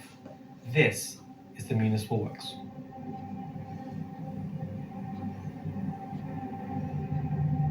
So inside the facility, you'll find huge vaporization chambers, old processing plants, industrial tunnels, and eventually into the old turbines which are still pumping heat into the old rock. So this is the true story of Levski. This is a place where you won't see Norville, you won't see Night 18 or the other landing zone. It's the pure basis of Levski. You will have, of course, metal and tunnels and no more structural place, but you will also see a lot of rock and cave. So it's not a place you go to take vacation. It's really a place you go to fix stuff. Not everybody has what it takes to come down there and do the job that needs to be done. All of your sewage systems have stopped working. Everything's going to quite literally. And so the player is tasked with their group, most likely, to go into there, take out the outlaws, and get the facility working again. So let me get this straight. This is literally a mission to fix the toilets of Levski. It's not just the toilets. You're also trying to turn on the air. Air is a bit more important. It still works in Levski, but they have maybe polluted air because it's not being cleared properly. It's not just for the toilet. Poop mission. It's also a little bit more exciting than just going into some vents. It's like a 3-layered system where there's 3 chapters. This will be mission-driven and repeatable. Everything from mining to salvage to combat to investigation, a variety of roles. Narratively, it's a real sandbox. Every progression you do will unlock a new area that will link back to previous areas, complexifying the play space. We've been wanting to have more gameplay around landing zones for a long time. Now that we have instancing tech coming online, that allows us to do something that provides really cool gameplay close to a landing zone. With the missions, that's what will create different overlays or change the spaces or change the progression, but it'll be the instancing which will enable us to create tailored content to you and your group. So you're going to be able to play a part of it, make your progress, and then log off. And then the next time you come online, you'll be able to pick up where you left off. It's going to allow players to return back to it at different states depending on how much you've progressed, and be able to keep it going until you've reached sort of the end of the whole 3 chapters. Where you're not going to have other people getting in your way. It's you, your team, your party. It's a way of giving players content where they know exactly where they're at and they can keep going back to it and improving sort of their own progress and ability to jump through them faster and faster times as well. So that's a look at how we'll be allowing players and developers alike to create more crafted experiences within the greater sandbox of the persistent universe. Okay, is that it for me at this point, Jared? Almost. Throw it back to me, and I've got one more for you after this. Back to you, Jared.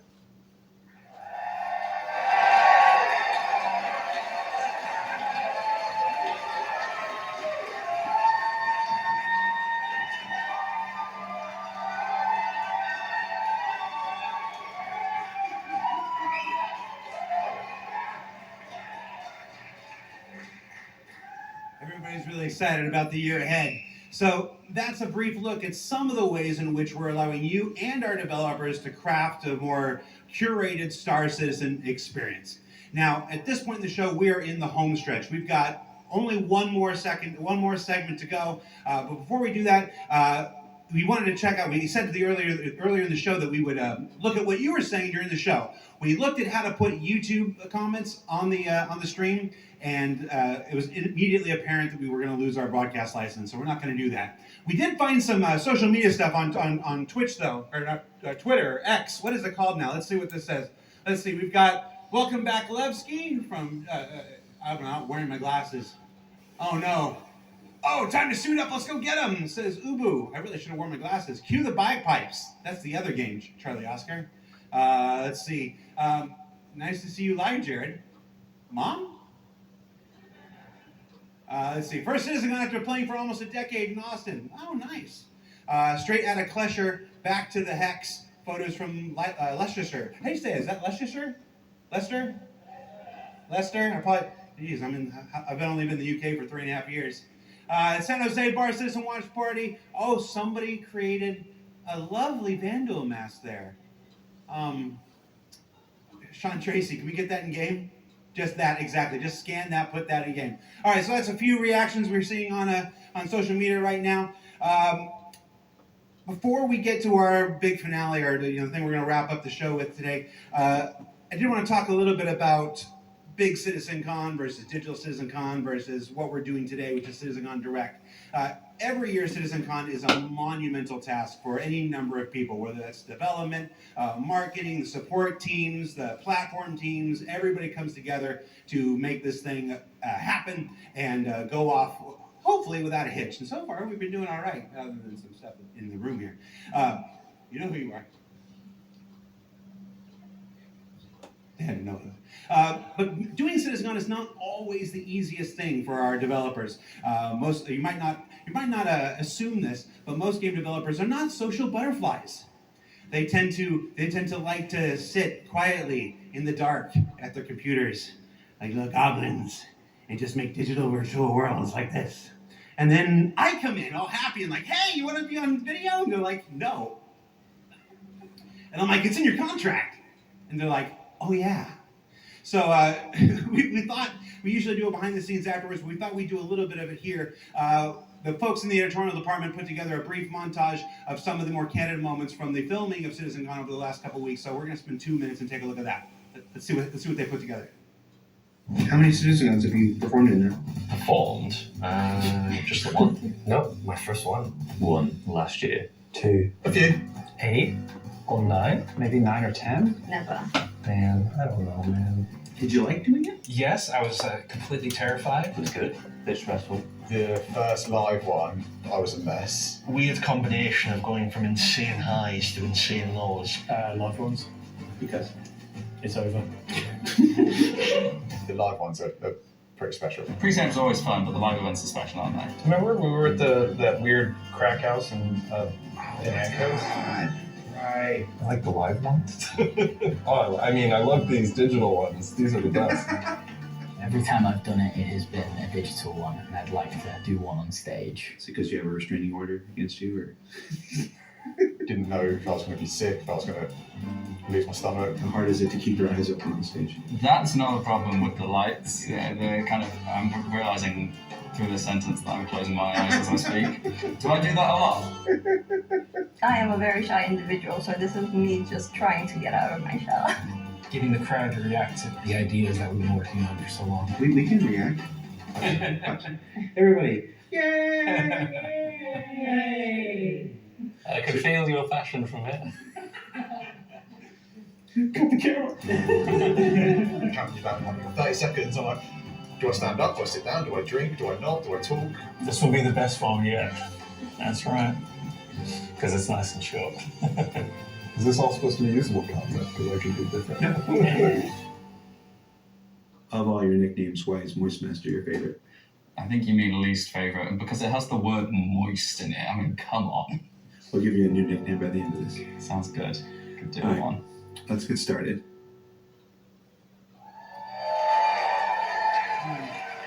So for those of you watching at home or at the watch parties, you're like, why are we showing that? I put that in there because I'm eternally grateful for all of the CIG staff and developers who take the time to appear on these things, whether it's ISE, SCL, CitizenCon, walk on stage, be pre-recorded. It's not the easiest thing for everybody. And on behalf of the community, if I can speak for them in this regard, I want to say thank you for participating in these things each and every year that we have them. Now, let's wrap things up here. So let's see, how do I want to do this? At this point, we've only got one major story left to tell. But before we do that, we wanted to do one more check-in on something we started last year. Last year, Rich Tyrer took the stage and presented his roadmap to 1.0. And we didn't want to go an entire year without talking to the senior game director himself to get his update on that 1 year later. So we're going to throw it to him, and we're going to go to our last segment, and when we come back, we'll say our goodbyes. And if you're at a watch party, it's time to get... I was going to say... that's not a word I can say on camera. Let's just go. Let's just throw it back to me. Go to me from 1 week ago.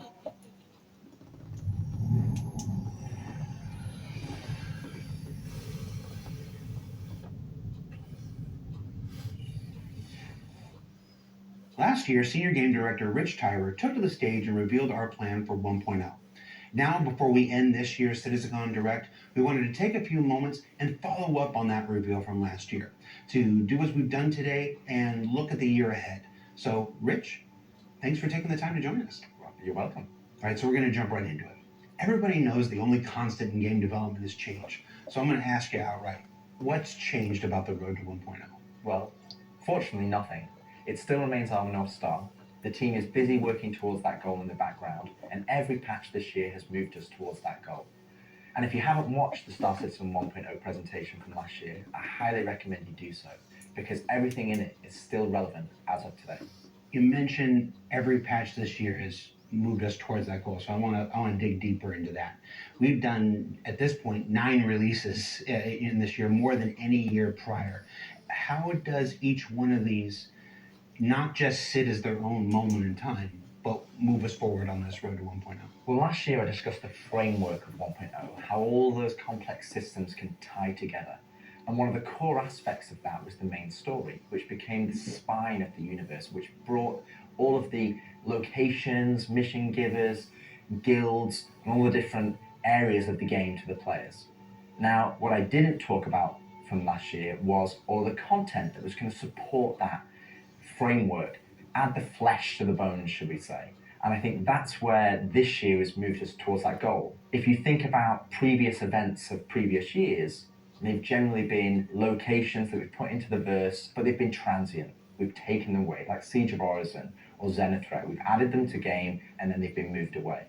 And I think with the addition of the patches this year, when you look at the Hathor facilities, Onyx facility, these are permanent additions to the world that not only have their own story, as when we release them with the patches, but they'll also become points of interest and areas that the larger 1.0 narrative will utilize. Since we're on story, I'm going to stay with this here. Since we launched the PU back in 2015, it's always been this sandbox where players can do what they want. They can bring their own story to the verse, and that'll never change. But how important is it that we also build this concurrent narrative of our own, this crafted experience, if you will, alongside that? Well, we're trying to create a living, breathing universe. And that includes both the player stories that you mentioned, that they can go and enjoy and create their own memories together. But it also means that we want to have a universe that gives back. We want areas and locations to feel like they're believable and real life locations. And if you look throughout this year and the patches that we've worked towards, we've had an overarching story that's moved from patch to patch, and we're going through some of those cycles right now. We've also been introducing mission content that has fully voiced dialogue and facial animation, which allows us to inject some of the meaning and the why to what you are doing as a player. And I think story is integral to Star Citizen as a connective tissue that ties all of these different complex systems together, because it takes players on that journey throughout the game. to see this big turn this year to start injecting story into the verse. I think people are really responding to it. So everybody knows, and you mentioned just now that this year we changed a whole lot about how we operate and how we release things. How do you think that's gone? I think it's gone very well. I think if the mantra that I've always been pushing this year right at the beginning of January was patch always goes. And I think this year has seen a different development strategy for how we've been moving the game forward. That's where this different strategy has allowed us to really take a wider approach. And we also have to remember that Star Citizen is played by tens of thousands of players every day. And while we have lofty future goals, we still have to make decisions right now that make the game fun for the people that are playing it all the time and playing it as their daily game. If you look at previous years, we've had to hold a patch back, we've had to make concessions, mainly due to around a feature may not have been ready or right to go into there. There were 3 months, 4 months, sometimes 5 months between patches. Exactly, and I don't think that's good for anybody. I don't think it's good for the players. I don't think it's good for the development team. I think it's better to have regular cadence of drops. One good example is this year for A Line in Mine. People probably don't know, but A Line in Mine, when you turned on the laser, it was actually supposed to reveal the standard word Valakar. And I played it, and it didn't hit the quality that I wanted to go into the game.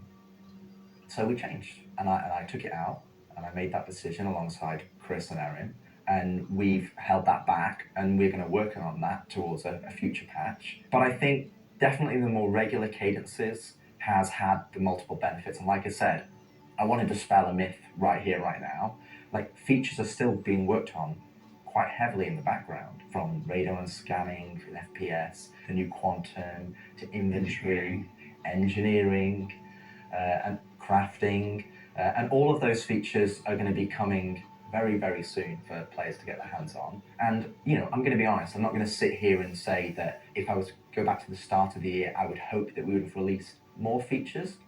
But I also think every decision we've made this year has been through the lens of making the live experience as stable and as good as possible. Absolutely. All right, so that's a bit about the year before. And the year before has been, I've said this before, I've said it internally, I've said it out there, I'm going to say it right now again on camera. I think this has been the best year of Star Citizen ever. And I'm willing to look right into the camera and say that. The player numbers are up, engagement numbers are up, the length of the play sessions are up, bug numbers are down, 30K is gone. It's been a solid year. But CitizenCon isn't CitizenCon without talking about the future. So I want to move us to the future. We've talked about story. We've talked about this more diegetic, immersive universe and adding voice lines and stuff like this. But where do we go from here? Obviously that continues. But what more are we going to do to make this universe seem alive and real and breathing? I think the biggest thing is to start having that conversation be two-way.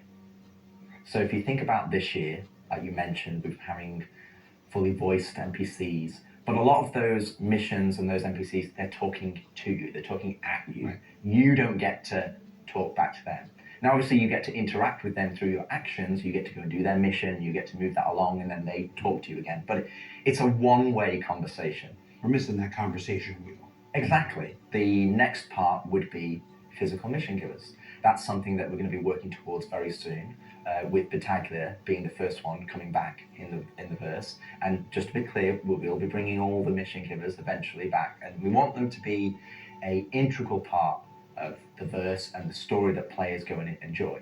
We want the locations to be brought to life, and as we mentioned last year, we want to have interactive scenes that you can go and be part of. And obviously the full end goal is towards, you know, to have cinematic stories in the game, and that is what we're going to be pushing towards. Everything we do, every decision we make is through the lens of moving us closer to 1.0. It might sometimes be difficult to see why those decisions have been made at the time they've been made, but rest assured that Star Citizen 1.0 is still our North Star. That's what we're still aiming towards, and that's what we're going to be moving forward with every patch next year as well.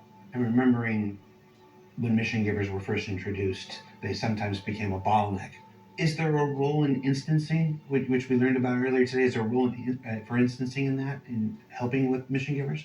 Yes, partially. It will be one mechanism that will allow us to have players go to their own individual area of the verse, have that conversation, and then go and continue on into the open world environment.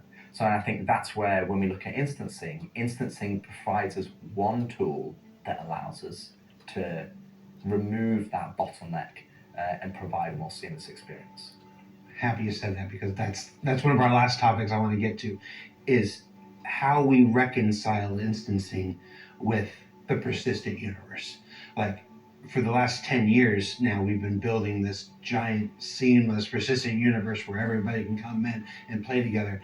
And it would be easy to have a first instinct reaction to the idea of instancing and say that's antithetical to everything that Star Citizen is. But you mentioned last year these 3 pillars of building Star Citizen, and I want to know, you said nothing changed, but I want to ask you about this specifically. What are those 3 pillars again, and how does instancing fit within the greater design of Star Citizen? So the 3 pillars I mentioned last year were open world. That's just like the missions you love today. You can go and play, there's other players there, and you can go and enjoy that together. Then we have instancing, which I'll talk a bit about more, but similar to municipal works that we've talked about previously. And then the 3rd pillar was dynamic content, which would be content that's generated by the activities of the players. And I think it's very easy to become myopic around one specific thing when we're talking about it a lot, when it's the next stage of our development. And I think you could reverse it. If we'd have made a game that was all instance, and then I'd come on camera and said, hey guys, we're going to start doing it open world, it would be like, oh, is the game changing? Are we doing open world now? Is open world the new North Star that's going to take us this way? And it's not. It's just one more tool that's going to allow us to offer different and dynamic experiences for players to go and engage in. Now, when I talk about instancing isn't always what you'd imagine as a solo instance experience where it's only just you. We're going to have several different versions of instances. Some are going to be closed instances, which will be like the new player experience. We'll be able for you to go in by yourself, for us to teach you the ropes in a safe environment so that you can understand how to play the complex game that we've made. But we'll also have open instances, like a cantina or a bar, where we might say, hey, we only want 50 people to come in here because we've got mission givers and we've got other NPCs for you to talk to, and you would just walk in and it would be seamless. You wouldn't know that there was an instance, it's not going to get a loading screen, you would just seamlessly walk into that location, it would be full of other players and NPCs, and you can go and enjoy the content. And that's, I think, something that instancing is going to provide us. It's going to give us a tool to offer different dynamic content, or curated content, as I'd say. It allows us to create experiences that are different to the open world experiences that we've already made. And it's not to say that we won't continue our open world development or only do instance content. It's going to be a mix. And like I said, this is one of the pillars that will move us towards 1.0. We will eventually work on dynamic content that will move us forward to 1.0. And all 3 of those pillars will interweave to create the full Star Citizen experience. All right, so we've had a lot of the bigger topics, the feature work, engineering, and FPS crafting coming to tech preview soon, stuff like this. We've talked about instancing and how that's going to work within the universe. But I want to ask you this one last big one. It's very easy to say Star Citizen is this kind of game and that kind of game. Those of us who spend our days making it know better. It's an everything game. It's everything we can make it game. It just is. But at the core of this is still spaceships. That life of spaceships. What more can you tell us about spaceship gameplay in the future? What can you give us? What can you tee up for us to look forward to for those of us who are really into Star Citizen for the spaceships? Our intentions going forward are to make sure that every ship or ship archetype that you acquire has a role and has content that you can go and enjoy in the universe. For example, right now I know that we're working on more robust mining missions, more robust salvage missions. We're going to be working on refueling missions. And we want to make sure that each and every one of the ship has a purpose and has a reason to exist in the game. That's from the smallest Argo MPUV, as well as ground vehicles, all the way up to the large capital ships. We want to give them purpose. And I think it's something that we are absolutely aware of. We want to make sure that we're building that spectrum of content to allow players to go and engage in. And I think 2026 is going to be a very good year for Star Citizen. And I think there's going to be something that's very interesting and something that a lot of people have been waiting for. But rather than me spoil it, I'll let Ian and the team go into the details on that. Get a twinkle in his eye. Ian, take it away.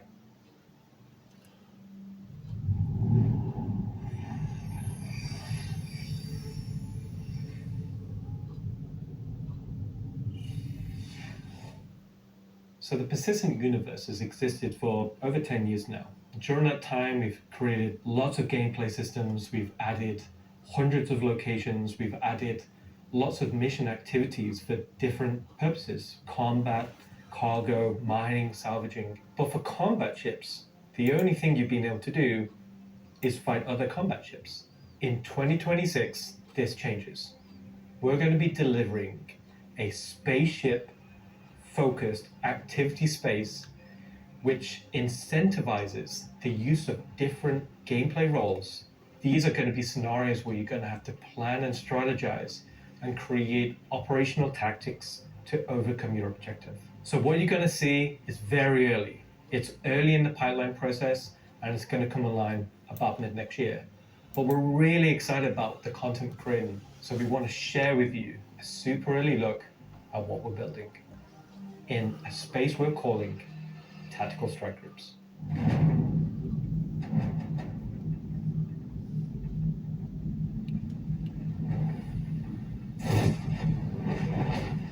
The People's Alliance are still trying to get to the bottom of what this new faction is really doing in the Nix system. Just sent a capital ship to check out a station and run it into more than they can take care of themselves. Unfortunately, that team came under attack and members of their groups were taken hostage. Now they've reached out to Intersect, who've reached out to you to help recover the pilot. Of course, it's unwise to do this alone, so you'll need to put a team together to attack the station. When you arrive, you will have this big asteroid, kind of broken asteroid, and on this you will have this space where you will find 3 big arms. You will see in the middle, you will have this big energy core. Everything here has a purpose. It's not just for the show, just something nice to see. You'll see a People's Alliance owned Idris that's just on the outside. It's going to be getting harassed by this unknown faction that you've met before. So your first objective here is to clear out the ships. There'll be waves of these ships, so this is all you want, your light or your medium or your heavy fighters, whichever playstyle you prefer.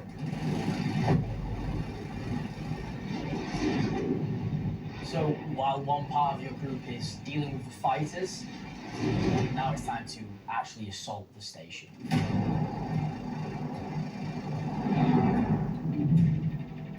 This station has been outfitted to resist all of the obvious way of attacks. Somehow they've incorporated Vanduul capital ship killing turrets. These turrets ignore small fighters, and they have the firepower to destroy even the biggest capital ships. Your Polaris and your Idris, if you get it close, it will get shredded. The idea of these is so we can sort of make it so we can mix up that ship combat and not everyone can just bring the biggest ship and win just because they have the biggest ship.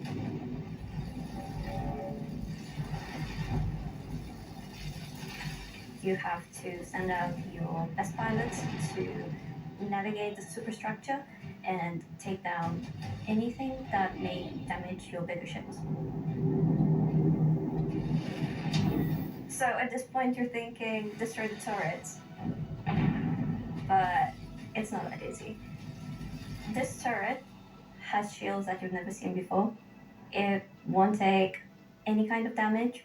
Your missiles won't do anything, your lasers won't do anything, your ballistics won't do anything to them. But like everything, they do have a weakness. You have to cut the power to their shields. To do that, that actually brings you to your first objective, the power relays. So the exterior has a number of power relays that are holding the doors closed so that you can't get in. You have to find them, you have to target them, and you have to destroy them.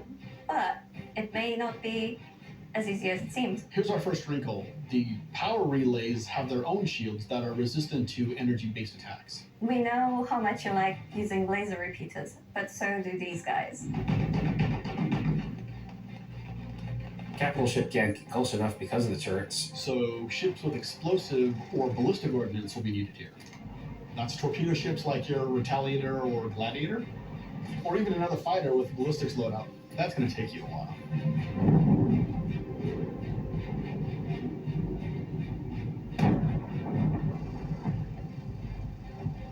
Once the power relays have been taken down, the station opens up. And this is where things get really cool. Now it's time for you to fly your ship inside the station. Yeah, you, in your ship, fly into the superstructure of the station. How cool is that? I feel like this is a proud dad moment. Thank you, Jared. We're just going to call it what it is. It's a trench run.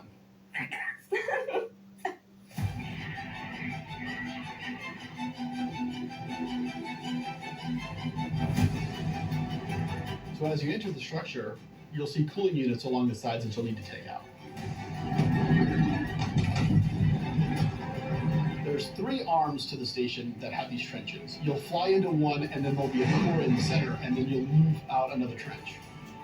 You're either going to do it multiple times, or you need to bring friends.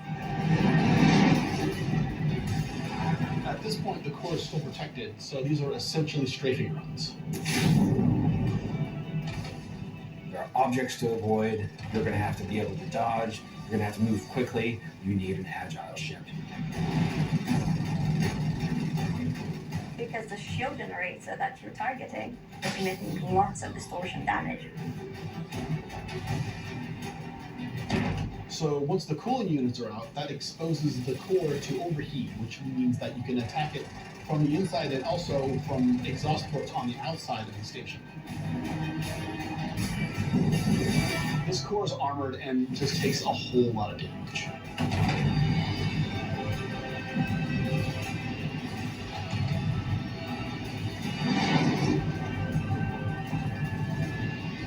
Once the power core goes down, the turrets come down, and then the capital ships can get closer. Why is that important? Because during all of this, you spend a lot of ammo and munitions and ballistics, and you're going to want to top up. This is where we're going to get our new feature in: ship hangar refueling and rearming. You're going to be able to land in the hangar of select ships and be able to use the same interface as you are right now at stations to refuel and rearm. It's specifically for ships like the Idris and the Polaris and other ships that are designed to have other ships land inside them.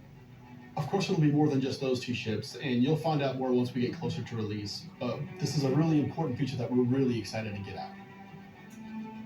If you're not bringing your own Idris, the People's Alliance has an Idris there that can provide a safe port in a storm, allow you to set back up and head back out. And it's a good thing that you've rearmed and refueled too, because now another group of ships is coming to attack the People's Alliance Idris.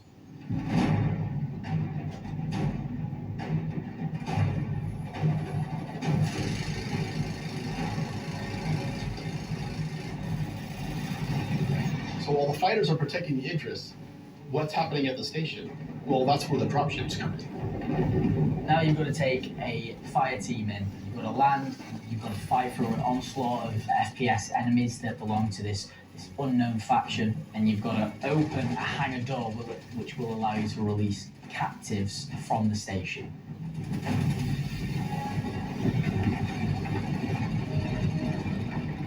After you've opened the doors and that person's taken off, you've just got to make sure they get to safety.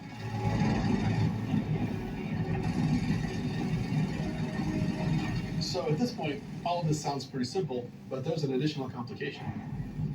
So up until this point, it's just been you versus the enemies of the station. But the enemies in the station have their own enemies.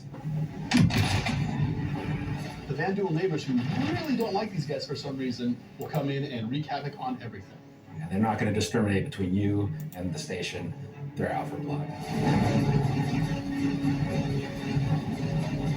When you alert the Van Duel by destroying the power core that the station's now vulnerable, you're on a time limit. Van Duel are coming, they're going to come hard, they're going to keep coming, you're going to have one hell of a fight.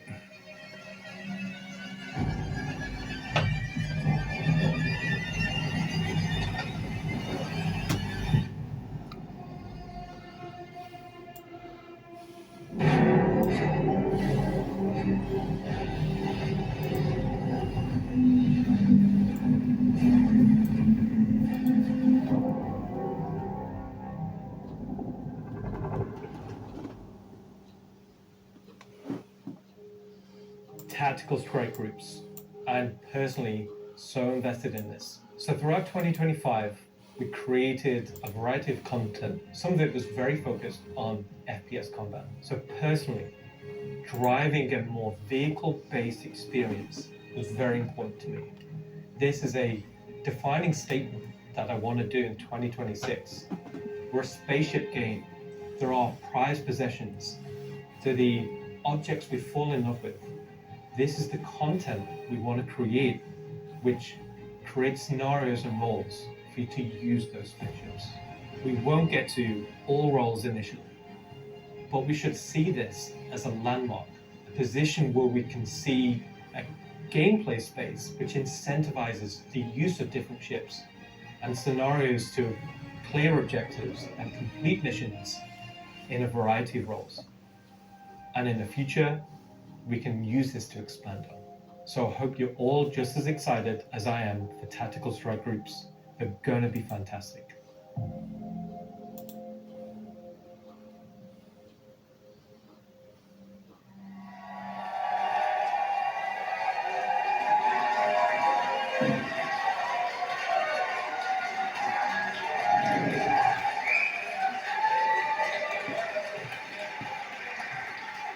Okay.